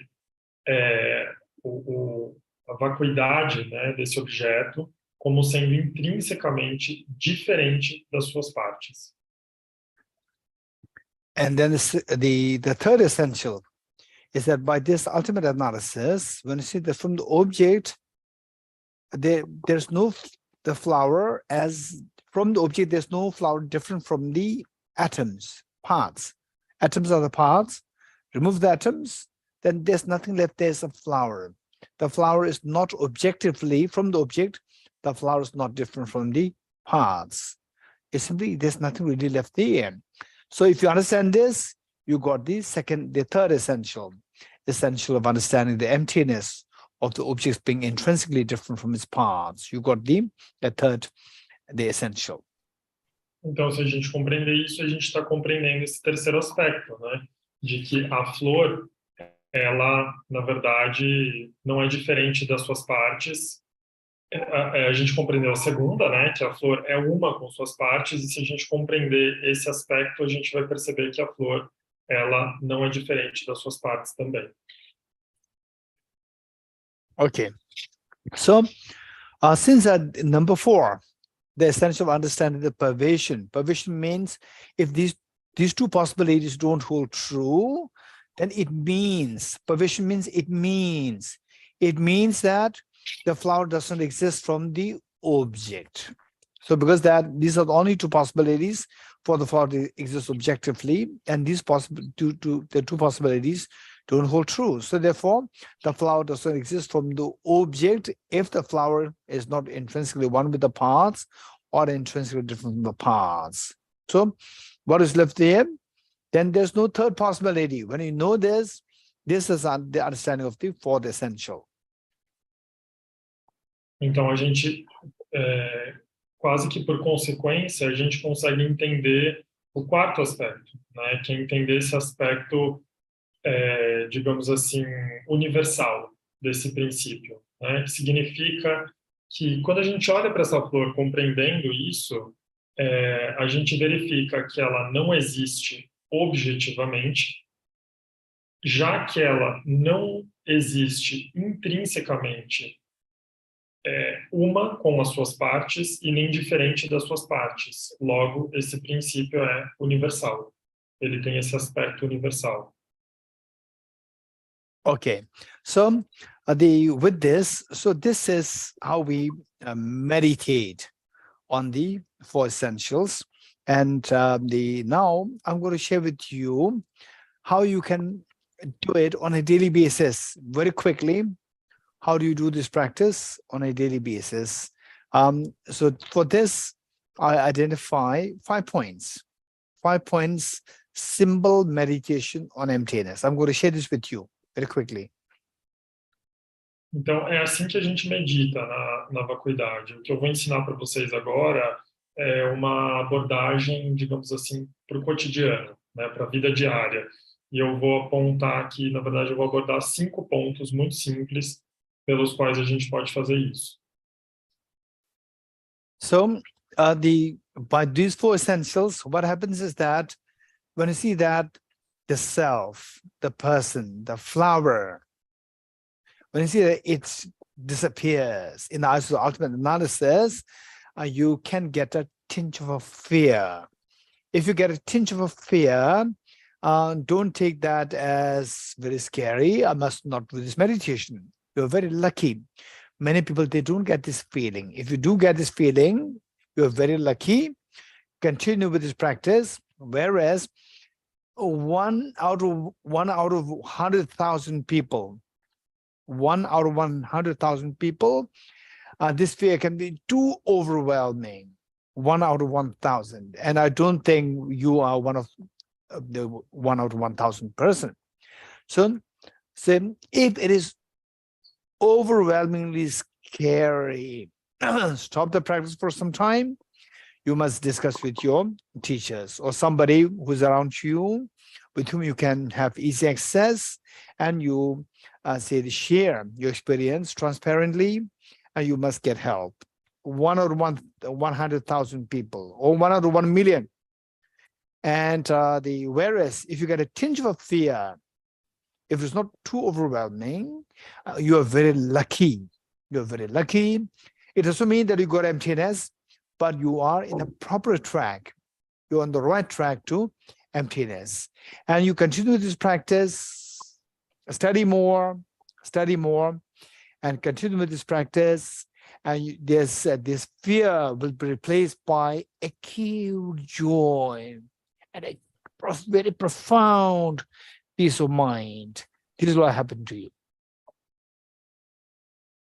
Então, quando a gente começa a fazer essas análises e a gente começa a observar o eu, o outro, a flor desaparecendo por meio dessas análises, isso pode nos causar um certo medo, né? Um medinho. E daí o que eu diria para vocês é que se isso brotar, se isso surgir em vocês, não se preocupem, né? Na verdade, se você sentir esse medinho, você é uma pessoa muito sortuda. Nem todo mundo sente isso, né? Agora, se você sentir muito medo, e isso acontece assim, uma em 100 mil pessoas apenas, né? Mais ou menos essa proporção, 1 em 1 milhão, ou seja, muito pouca gente relata, né, experimentar um medo muito grande. Mas se isso acontecer, se esse medo te sobrecarregar for muito grande e for muito assustador, é muito importante que você procure seu professor, sua professora, ou um bom amigo, né, amiga que possa te ajudar, te instruir, para você poder passar por esse momento, né? Agora, se você sentir um pouquinho de medo, nossa, você tem muita sorte, né? Porque nem todo mundo sente isso, e esse medinho, ele é um sinal de que você está no caminho certo. Claro que ele não significa que você entendeu tudo, mas ele significa que você está no caminho certo. E se você continuar estudando e praticando, esse medinho, ele vai aos poucos se transformando numa alegria muito grande. And some people reported that they get tickling sensations on your skin with this little bit of experience. And some people report some very cold waves flowing through your different parts of the body. If these things happen, these are very good signs, but let us not be too quick to decide that, okay, I got emptiness. If you're too quick, you are depriving yourself of the opportunity to have the deeper experience of emptiness. You get stuck there, you will not go beyond. Então, algumas pessoas, elas relatam que nesse processo de prática elas sentem algum tipo de formigamento, algumas pessoas dizem que elas sentem ondas de frio pelo corpo, e todos esses são bons sinais, né? Mas eu peço, por favor, que vocês não, né, que ao praticar isso, a gente não dê saltos, assim, né? Como se fosse assumir que esses são sinais de que a gente já aprendeu, de que a gente já passou pelo que tinha que passar, porque senão a gente vai estar se privando de uma experiência verdadeira, uma experiência autêntica de passar por esse processo de se debruçar sobre a vacuidade, estudar e experimentar isso. Okay, so now the 5 points that I'd like to share with you, and then we will do a quick meditation together. In the form of guided meditation, and later on you can do it on your own. It's just remember these 5 points and then apply this. Okay, 5 points are: number 1, the self. The self meaning yourself, the self or the flower or anything whose emptiness you want to meditate on. Just use that. So what I give is simply as a self. You can write self or a flower. Self or a flower or anything that it will remove your confusion. Self or a flower or anything, number 1. Number 2, 6 elements. 6 elements. 6 elements. Number 3, 2 questions. 2 questions. Number 4, meditative equipoise of space-like emptiness. Meditative equipoise of space-like emptiness. Number 5, post-meditative experience of illusion like emptiness. Let me repeat it. Number one, the self or the flower or anything. Number two, the 6 elements. Number three, 2 questions. Number four, meditative equipoise of space like emptiness. Meditative equipoise of space like emptiness. Number 5, post-meditative experience. Post-meditative experience of illusion like emptiness. Okay, these are the 5 points. And and you will not find these 5 points somewhere in the books.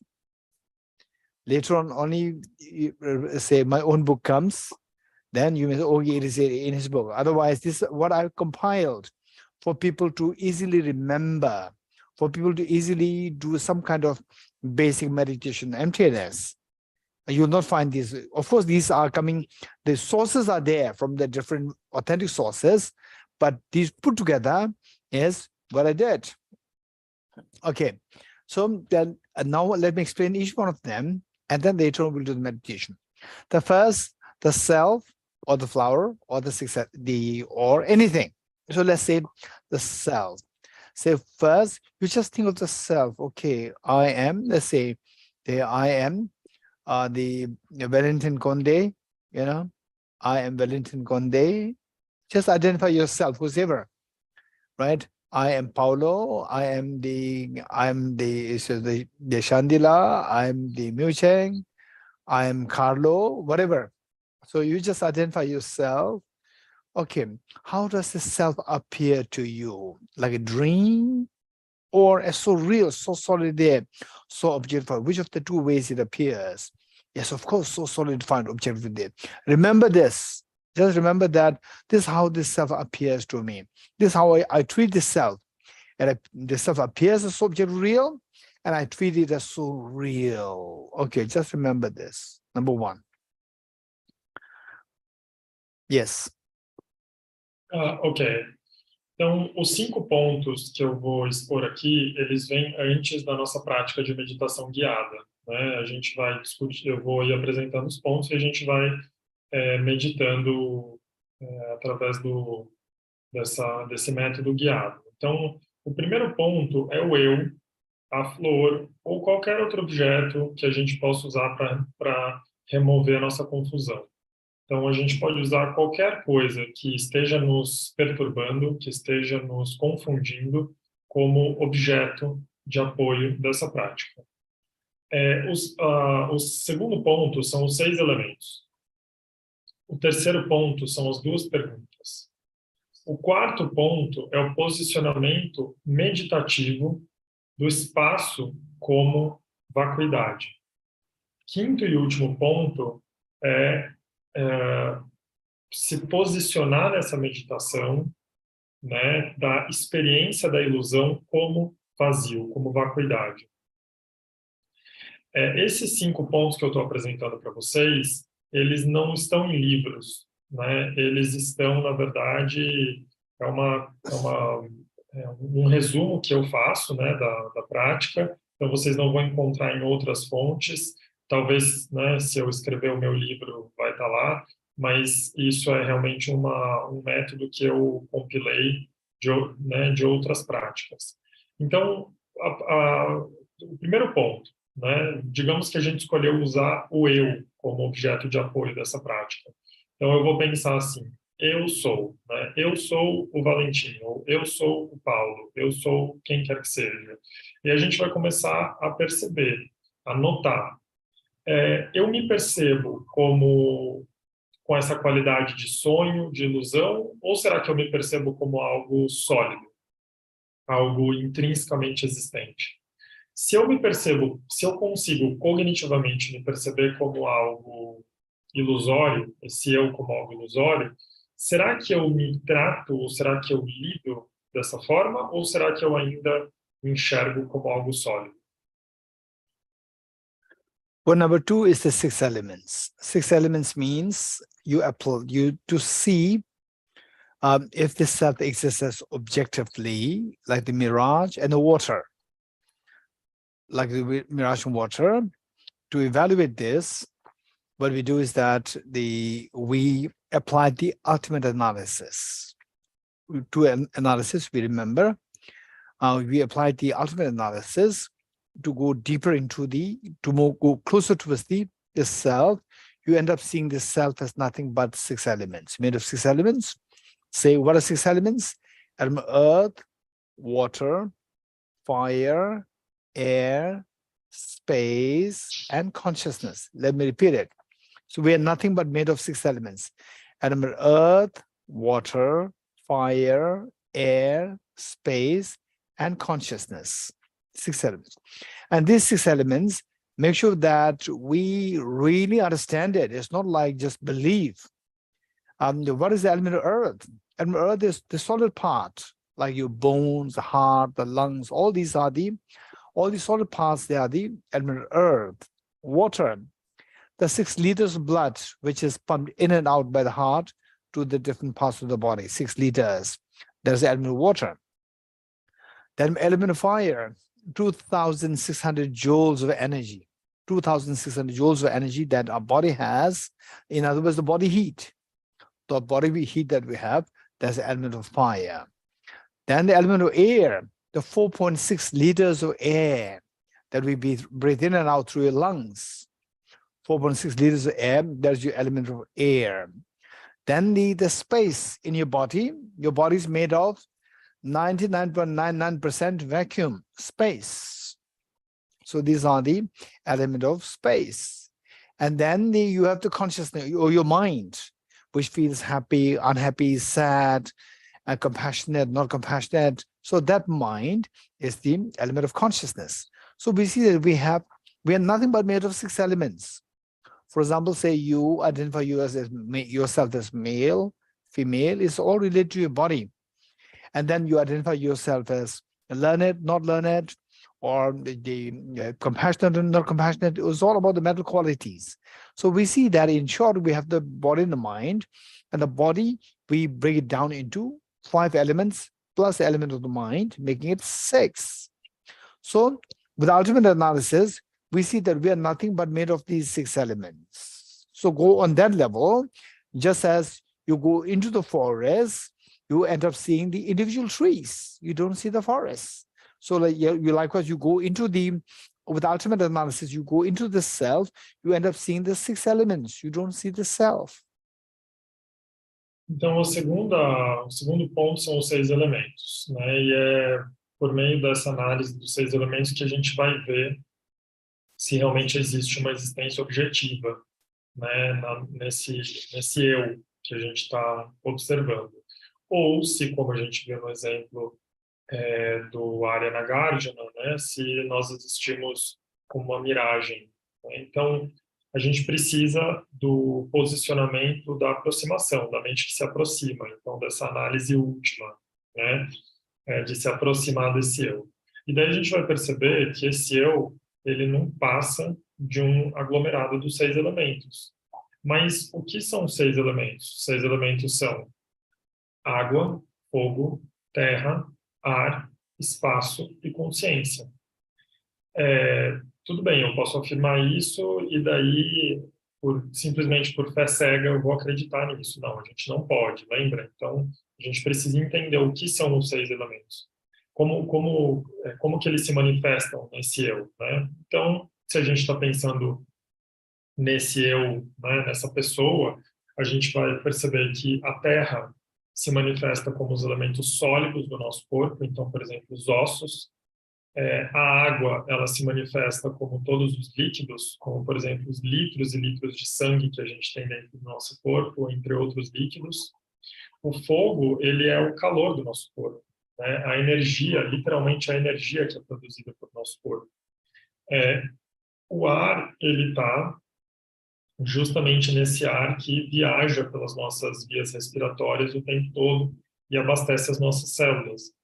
O espaço, ele é justamente o espaço que existe dentro do nosso corpo, os espaços, digamos assim, vazios que existem dentro do nosso corpo, que permitem que ele se expanda, que ele se contraia, que permitem que os órgãos possam estar lá, né, que permitem que outras substâncias possam correr pelo nosso corpo.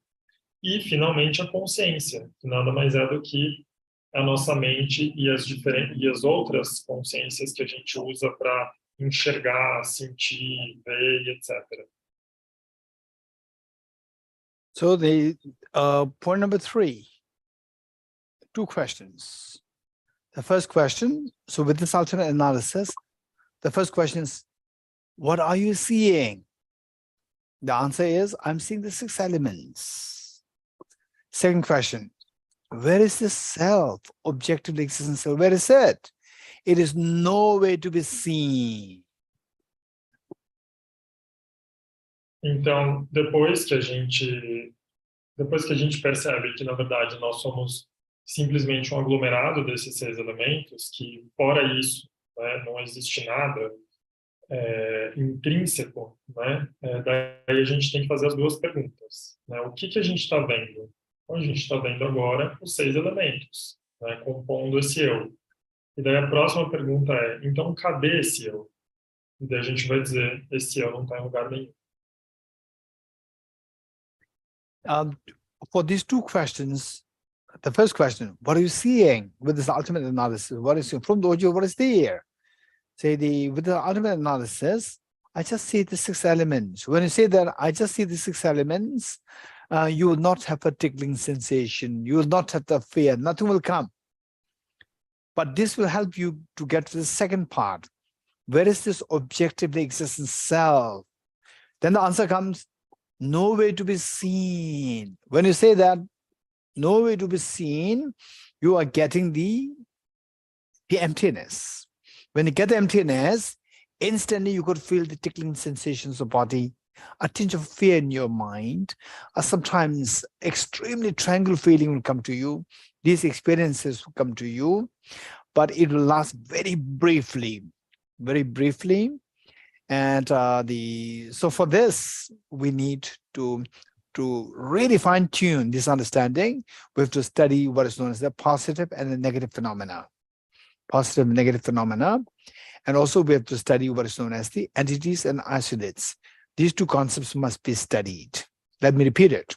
We have to study the concept of the entities and isolates, is 1.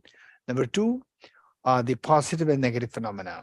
So these 2 sets must be studied in order to fine-tune your understanding of the answer to the second question. Where is this objectively existing self?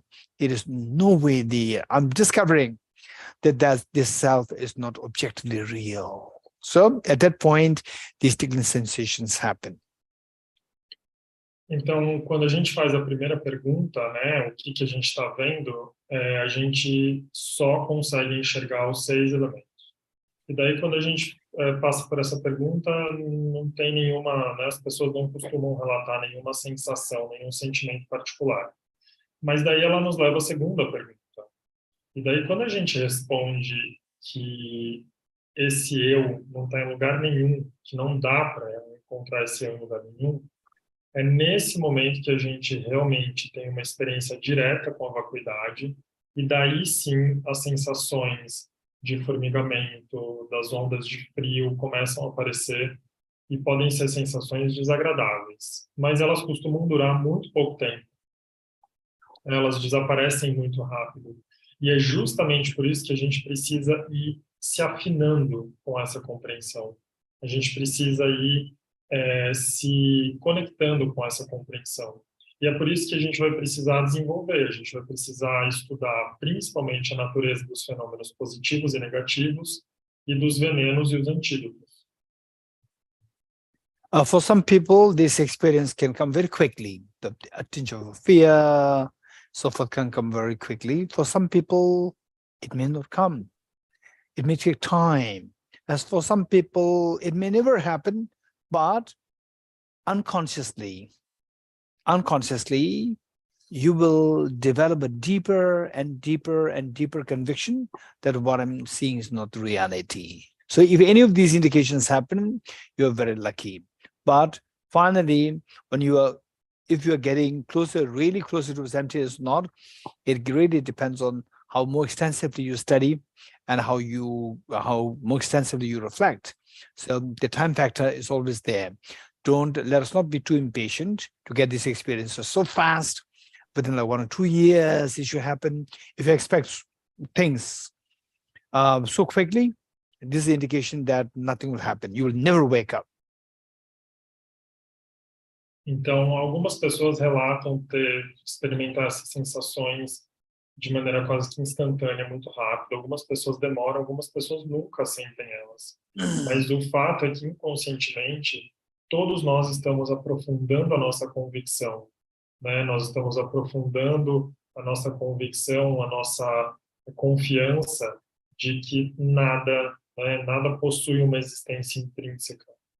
Né? E daí, conforme a gente vai se aproximando, né, da vacuidade, e daí isso também vai depender muito, né, do nosso estudo, do nosso empenho, né, de quanto a gente se esforça nesse sentido, a gente vai desenvolvendo, sim, essas sensações que ajudam a gente a aprofundar a nossa confiança. Mas não sejamos impacientes, né? Não vamos desenvolver também ansiedade para sentir essas coisas. O mais importante é a gente se debruçar, se esforçar, né? E daí a gente, cada um no seu tempo, a gente vai atingir essa maturação, essa maturidade. And then number 4 is a meditative experience. Meditative experience, meditative equipoise. Meditative equipoise of the space like emptiness. So this is nothing special. Whatever experience that you get, that the self objectively, there's no self. When you get that experience, abide in this experience. Just stay in this experience for a while. So this is the number 4, meditative equipoise on the space like emptiness. Then the next one is the post-meditative experience of the illusion like emptiness. So from this, you can stay in this experience for like, say, 1 minute, 2 minutes, 5, and later on, like even half an hour, 1 hour, 2 hours, and so forth. And then when you wake up, when I come out of this experience, then you should be mindful that, okay, so nothing is really from the object, but still things appear. From the object is empty, subjectively is appearing. So it's a mere appearance. Mere appearance meaning like illusion. What is illusion? Illusion means something which objectively not there, but subjectively appears. So likewise, everything, they are empty from the object, but subjectively they appear, everything is an illusion. So always be mindful that coming out of the meditation, be mindful that whatever I'm experiencing, there's all like illusion. So this mindful way of interacting with the world as illusion, this is known as the post-meditative experience of the illusion like emptiness. Então, primeiro a gente tem essa experiência meditativa, né, do espaço como vacuidade. E a gente pode repousar nesse estado por muito tempo, né? A gente pode ficar 1 hora, 2 horas repousando nessa experiência meditativa. E daí a gente tem a 5ª experiência, que é esse estado meditativo posicionado para a compreensão da ilusão como uma faceta dessa vacuidade. Então, na verdade, a gente pode experimentar isso na nossa vida diária. A gente pode sair desse estado meditativo, inclusive a gente deve fazer isso. E quando a gente abre os olhos, quando a gente sai lá fora e a gente vai viver as nossas vidas, né, lá fora, a gente vai olhar para as coisas e vai perceber que essas coisas que se manifestam, elas são como ilusão, né? Tudo tem essa dimensão de ilusão. Nada tem essa existência intrínseca. Então, conforme a gente vai percebendo que as aparências não passam de uma ilusão, a gente vai conseguindo, é como se esse véu fosse caindo, né, e a realidade fosse se revelando para a gente. Então, esses são os 2 últimos pontos. Okay, we'll conclude with the meditation on a short meditation on the 5 points. Ready? Então, a gente vai concluir a sessão de hoje com uma meditação bem rápida nesses 5 pontos. Tudo bem? Okay, this is going to be guided meditation, and then as I give the instructions, you try to follow the instructions. Don't try to compare, contrast, correlate with what you learned before. Então, vai ser uma meditação guiada, eu vou dar as orientações, eu peço, por favor, que conforme eu vou dando as instruções, não fiquem tentando elocubrar, não fiquem tentando comparar ou fazer qualquer tipo de relação com o que a gente falou antes. Simplesmente segue as instruções como estão sendo dadas agora. Okay, are you good? Estão preparados? Okay, take three deep breaths. Respirem profundamente 3 vezes.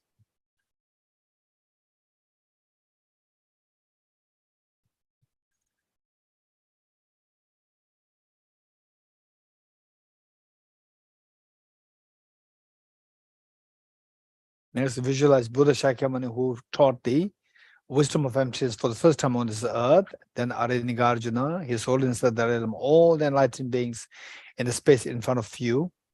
Vocês podem agora visualizar o Buda Sakyamuni, que foi o primeiro a nos ensinar sobre a vacuidade. Você pode também visualizar a Arinigarjuna, sua santidade Dalai Lama, e todos esses seres iluminados diante de você. Likewise, visualize your all your family members, including parents, children, and all family members, and everyone in Brazil, and everyone in the world, and all the sentient beings, including the tiny insects, cats, dogs, all the animals, spirits, the hungry ghosts, everyone around you. And with great compassion, you are inspiring them to practice the wisdom of emptiness, to be freed from all the fears of life. E ao seu redor você pode imaginar todos os seres sencientes, começando pelos seus filhos, seus pais, seus irmãos, os entes queridos, mas também estendendo isso aos outros, todos os brasileiros, todas as pessoas do mundo, todos os seres sencientes, sejam eles insetos minúsculos, cães, gatos, e imaginando que nesse momento a gente direciona, a gente posiciona a nossa mente para que eles tenham inspiração, que eles se inspirem para aprender sobre a vacuidade, para então se libertar de todo o sofrimento. And imagine that you are giving the instruction emptiness to them, and everybody is following your instruction and meditating. Imagina que nesse momento você está dando as instruções para esses seres e que todos esses seres estão seguindo essas instruções para se libertar do seu sofrimento. Of the 5 points on the meditation and emptiness, the first point, the self. Just think of the self, how the self appears as so objective real, not like a dream, but so objective real. Just think of this. Então, vamos pensar sobre esses 5 pontos agora. O primeiro ponto, o eu. Pensa sobre esse eu. Como é que ele aparece? Ele aparece sólido, sólido como a realidade mesmo. Não tem nada de ilusório nele. Point number 2, the 6 elements. Look at the self by subjecting the self to ultimate analysis. By ultimate analysis, you look at the self, you end up seeing the 6 elements. By scanning yourself, you see that the element earth, water, fire, air, space, and consciousness. Agora a gente vai refletir sobre o segundo ponto, que são os 6 elementos. A gente vai usar a mente que se aproxima, a mente da análise última, para olhar para esse eu por meio desse segundo ponto dos 6 elementos. A gente vai perceber que quando a gente olha para o eu de perto, ele é simplesmente um aglomerado de água, ar, terra, fogo, espaço e consciência. When you go through these 6 elements, you have to go one by one. Element earth, for example, like your thin skin, behind that, the fatty tissues, behind that, the muscles, the cartilages, the bone, the heart, the lungs, the liver, all these elements go one by one, one by one. E daí a gente pode fazer essa análise indo camada por camada. A gente pode pensar na pele, as camadas de gordura debaixo da pele, ossos, cartilagens, cavidades, veias, um por um. A gente pode ir dissecando. Then the element water, just see that 4 liters of the blood pumped in and out by the heart to different parts of the body. Just imagine that the blood flowing through all the body is pumped by the heart. Think of that. E daí a gente pode pensar também no elemento água, né? Pensar nesses litros de sangue que tem dentro da gente, que estão sendo constantemente bombeados pelo coração. Element of fire, the body heat. Então a gente pode pensar no elemento fogo, que é o calor que a gente está sentindo no nosso corpo agora. Element of air, the 4.6 liters of air that your heart, that you breathe in and out through your lungs. E o elemento ar, né, que é todo o ar que a gente está inspirando e expirando através dos nossos pulmões agora. Element of space, you think of the body is made of billions of atoms, and the space between the atoms is so vast that like 99% of the body is like space. Daí a gente pode pensar no elemento espaço, né, e como o nosso corpo é composto por bilhões e bilhões de partículas, e essas partículas, elas têm muito espaço entre elas, ou seja, é como se nós fôssemos 99% feitos de espaço. Next element of the consciousness, or the element of mind. Your mind, compassionate mind, not compassionate mind, angry mind, or a calm mind. E daí o sexto elemento é a consciência, e essa consciência tem qualidade, né? Existe uma consciência que produz uma mente calma, ou uma mente raivosa, ou uma mente triste. You see these 6 elements through your ultimate analysis. So the next 2 questions. What are you seeing? I'm just seeing the 6 elements. Second question, where is the self from the object? From the object, there's no self to be identified. Stay in this experience for a while. E daí a gente vai para o terceiro ponto, que são as duas perguntas, né? O que eu estou vendo? Eu estou vendo 6 elementos. E onde está esse eu? Esse eu não está em lugar nenhum. So this is point number 4, a meditative equipoise of the space-like emptiness. Stay in this experience of the emptiness that the self dissolves from the object side. Então, agora no quarto ponto, nessa experiência meditativa, aos poucos esse eu ele vai se dissolvendo nessa percepção. Okay, now imagine that you come out of this meditation, then you see that again the self comes back, the self appears to your mind. Your family members also appear to your mind, the world appears to your mind, but from the object they're all empty. From the subject, appearance happens. It's mere appearance. Mere appearance means post-meditative experience of the illusion-like emptiness. This is like illusion. So this awareness should be maintained. This is point number 5. Agora, no quinto ponto, no momento que a gente sai da experiência meditativa, a gente vai novamente entrar em contato com esses objetos. O eu, os outros, nossos familiares. E daí, como é que a gente consegue conservar, sustentar essa percepção de que eles existem numa perspectiva subjetiva, não objetiva? Ou seja, que a forma como eles se manifestam para nós nada mais é do que uma mera ilusão. This meditative experience of emptiness, this is the ultimate solution to all your problems. Sorry, Geshe, you got cut off. Can you repeat it? This meditation on emptiness is the ultimate solution to all your problems of the present and the future. Essa experiência meditativa com a vacuidade, ela é a solução para todos os problemas, do presente e do futuro. And imagine that with great compassion towards all the family members, including your children, parents, all the family members, and all the sentient beings, you share this wisdom. Imagine that the light rays flow to all the beings. The wisdom of emptiness flows to all the beings. Daí você pode contemplar, pode visualizar essa sabedoria da vacuidade fluindo para todos os seres sencientes. Now imagine that everyone is awakened from the sleep of ignorance, yourself and all the sentient beings are awakened from the sleep of ignorance, that their misery stops and their happiness becomes infinite. Daí você pode imaginar a sua visualização que, de repente, todos os seres se libertaram, todos eles despertaram da ignorância e todos eles estão livres do sofrimento.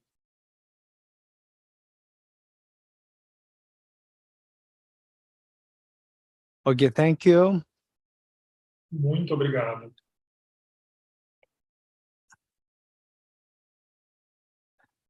Good day.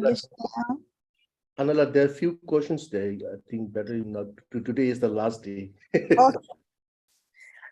Agora nós passaremos a parte das perguntas. Houve o lançamento de uma pergunta aqui, Valentim, para o Geshe lá, da Cidinha Patizina. Por favor, Geshe, nos sonhos, os fenômenos são projeções da nossa mente. Acordamos e percebemos, era um sonho. Na vigília, os fenômenos também são projeções da mente. Essa projeção não parece ser individual, então? Porque várias pessoas ao mesmo tempo percebem a mesma coisa, como, por exemplo, esta flor. É uma ilusão coletiva? Esses fenômenos que a gente classifica como externos, eles são realmente externos à mente? Uma pergunta grande, né, Valentim? Vamos lá, vamos tentar. Geshe lá, there's one question from the chat.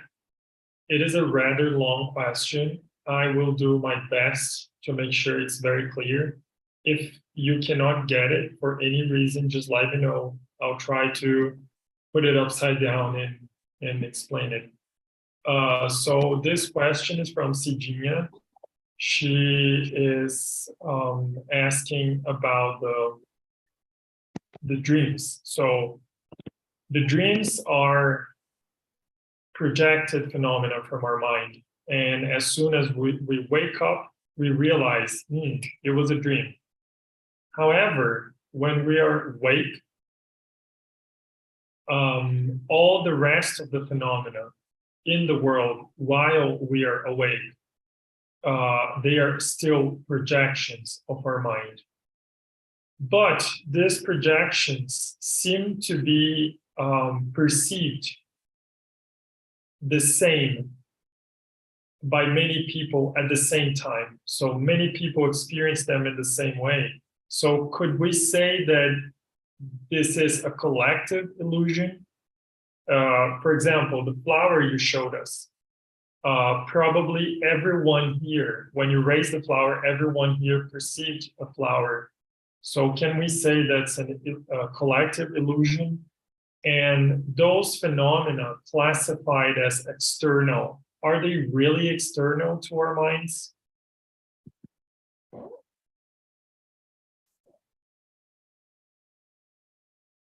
Okay. This is a good question. Thank you so much. Essa é uma excelente pergunta. Muito obrigado. I would say that people who ask these questions, I would highly recommend that we study Nagarjuna's the text on emptiness, Acharya Chandrakirti's text on emptiness, that we study them in more detail. This is so important, systematically. Então, eu diria que uma pessoa que fez essa pergunta, ela vai se beneficiar muito de estudar os textos de Arya Nagarjuna, de Chandrakirti sobre vacuidade. Seria muito importante. And a quick answer Uma resposta rápida. Is that what you said is very true. It is like, say, when you go to Mount Kailash, the snow mountain, all of us, we put on to stop the glare from the snow, we put on the glasses, blue glasses. We all agree that the snow is blue, but it doesn't mean the snow is blue, because we all agree, but all the agreements also wrong. Então, por exemplo, quando a gente vai para o Monte Kailash, né, ou para um outro pico nevado, né, e daí para a gente se proteger do brilho da luz do sol na neve, a gente normalmente coloca aquele óculos azul, né, com aquela proteção azul. E daí, se tivesse ali 10 pessoas com esse óculos, as 10 pessoas concordariam que a neve é azul. Mas essa concordância entre as pessoas não significa que a neve, de fato, seja azul. And this example can easily make us feel that then why should I practice compassion? That everything is like a dream. So for this, I already gave the answer before. So the two steps, the two stages of understanding emptiness. So this requires really systematic and extended period of studies. E daí é claro que se a gente pensar por esse exemplo que eu dei, né, que tudo é relativo e tudo é uma ilusão, ainda que coletivamente, pode nos dar a impressão de que, então é inútil praticar compaixão, é inútil buscar virtudes, né? Daí isso é uma compreensão errada, eu já abordei isso anteriormente, mas para se aprofundar nisso, eu recomendo estudo sistemático. The second question is on whether there's really external there. This question is again a very good question. Again, the quick answer is there, but you have to study more extensively. A última parte da pergunta é se a gente pode dizer que os fenômenos são realmente externos à mente, né?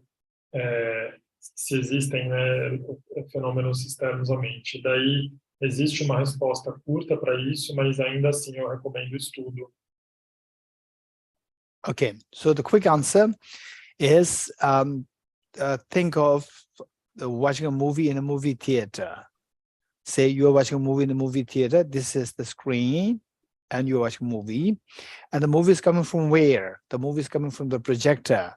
Where's the projector? Projector is behind you, not on the screen. So the movie is on the screen, but it's not from the screen. It is from the projector. So the movie is from the projector is the subject, the screen is the object. The movie is on the object, not from the object. It's from the projector, from the subject. But movies on the screen and the projector, there is a space gap. That space gap is known as external. So there's externality there, but still things are coming from the subject. There's no contradiction. Então, eu vou dar o exemplo do cinema, por exemplo. Quando a gente vai assistir um filme no cinema, a gente olha para onde? A gente olha para a tela. Mas isso não significa que o filme esteja vindo da tela. A gente sabe muito bem que o filme vem do projetor. E o projetor está posicionado justamente atrás da gente, não na tela. Ainda assim, a gente está olhando para a tela. E daí a gente pode dizer, mas o filme ele está na tela. Ele está na tela, mas ele vem do projetor. E daí existe a externalidade, existe o espaço externo, que é justamente esse espaço entre o projetor e a tela, que seria o equivalente ao espaço, digamos assim, externo, né, que a gente chama convencionalmente esse espaço onde a gente se movimenta, onde a gente experimenta as coisas. Não existe nenhuma contradição aí. O espaço externo existe, mas ainda assim esses fenômenos, eles vêm do sujeito. O sujeito seria o projetor e o objeto seria a tela onde todas esses fenômenos estão projetados. E o espaço entre os dois seria o espaço externo. Não há nenhuma contradição. And the mark of understanding, truly understanding emptiness is that your compassion grows more and more. And you become more and more, the sensitive. The sensitive meaning that you become more empathetic. The empathy grows towards others, your compassion grows towards others, and you will stop judging other people. You will stop judging other people. Então, o único marcador que a gente pode dizer que realmente uma forma de mensurar a nossa compreensão da vacuidade é o crescimento da nossa compaixão. Na medida que a gente compreende a vacuidade, a nossa compaixão aumenta, a gente vai se tornando mais empático em relação às outras pessoas E isso sim é a compreensão verdadeira da vacuidade. Good. More questions?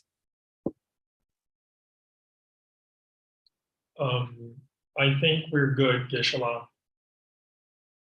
Eu acredito que agora encerraram as perguntas.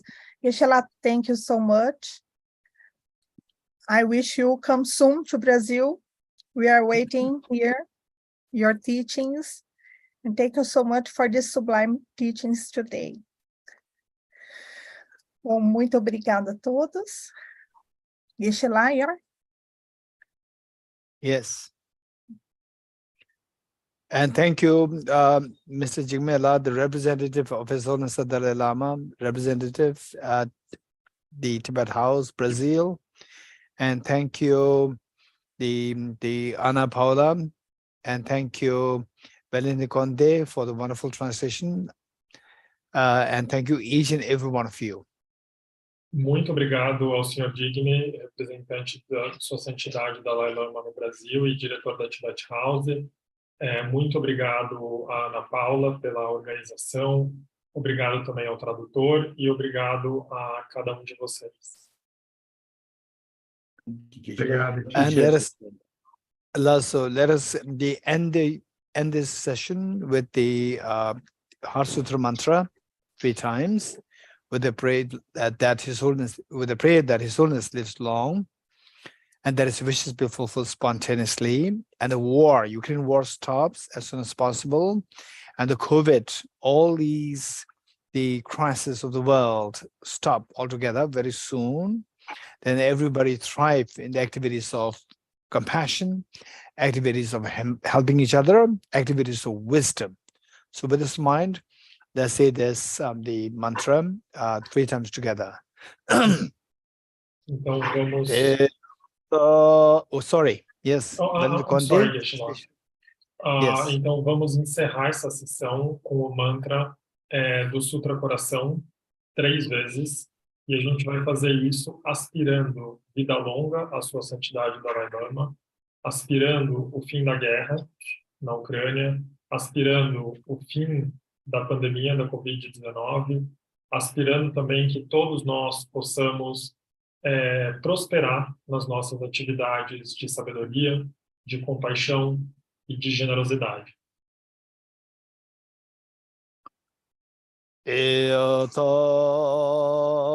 Om Gate Gate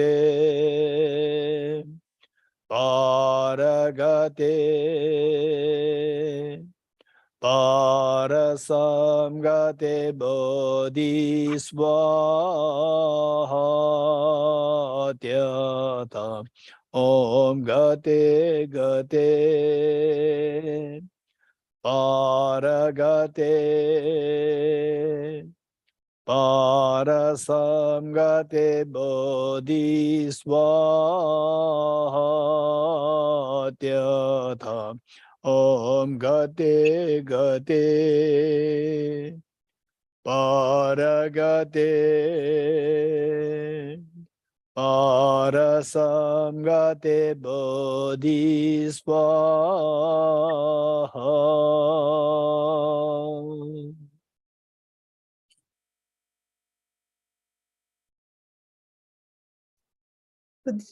Thank you. Obrigada a todos. Até a próxima. Esperamos que o Geshe-la possa estar com vocês aqui em fevereiro ainda. E quem puder participar, já tem um link que foi digitado aqui no próprio chat. Vocês podem acessar também no website da Tibet House Brasil. Obrigada a todos.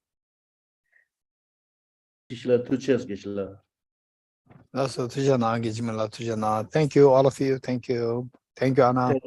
Thank you, Valindi, Conde. Thank you. Thank you, Geshe-la. Obrigada, Valentim.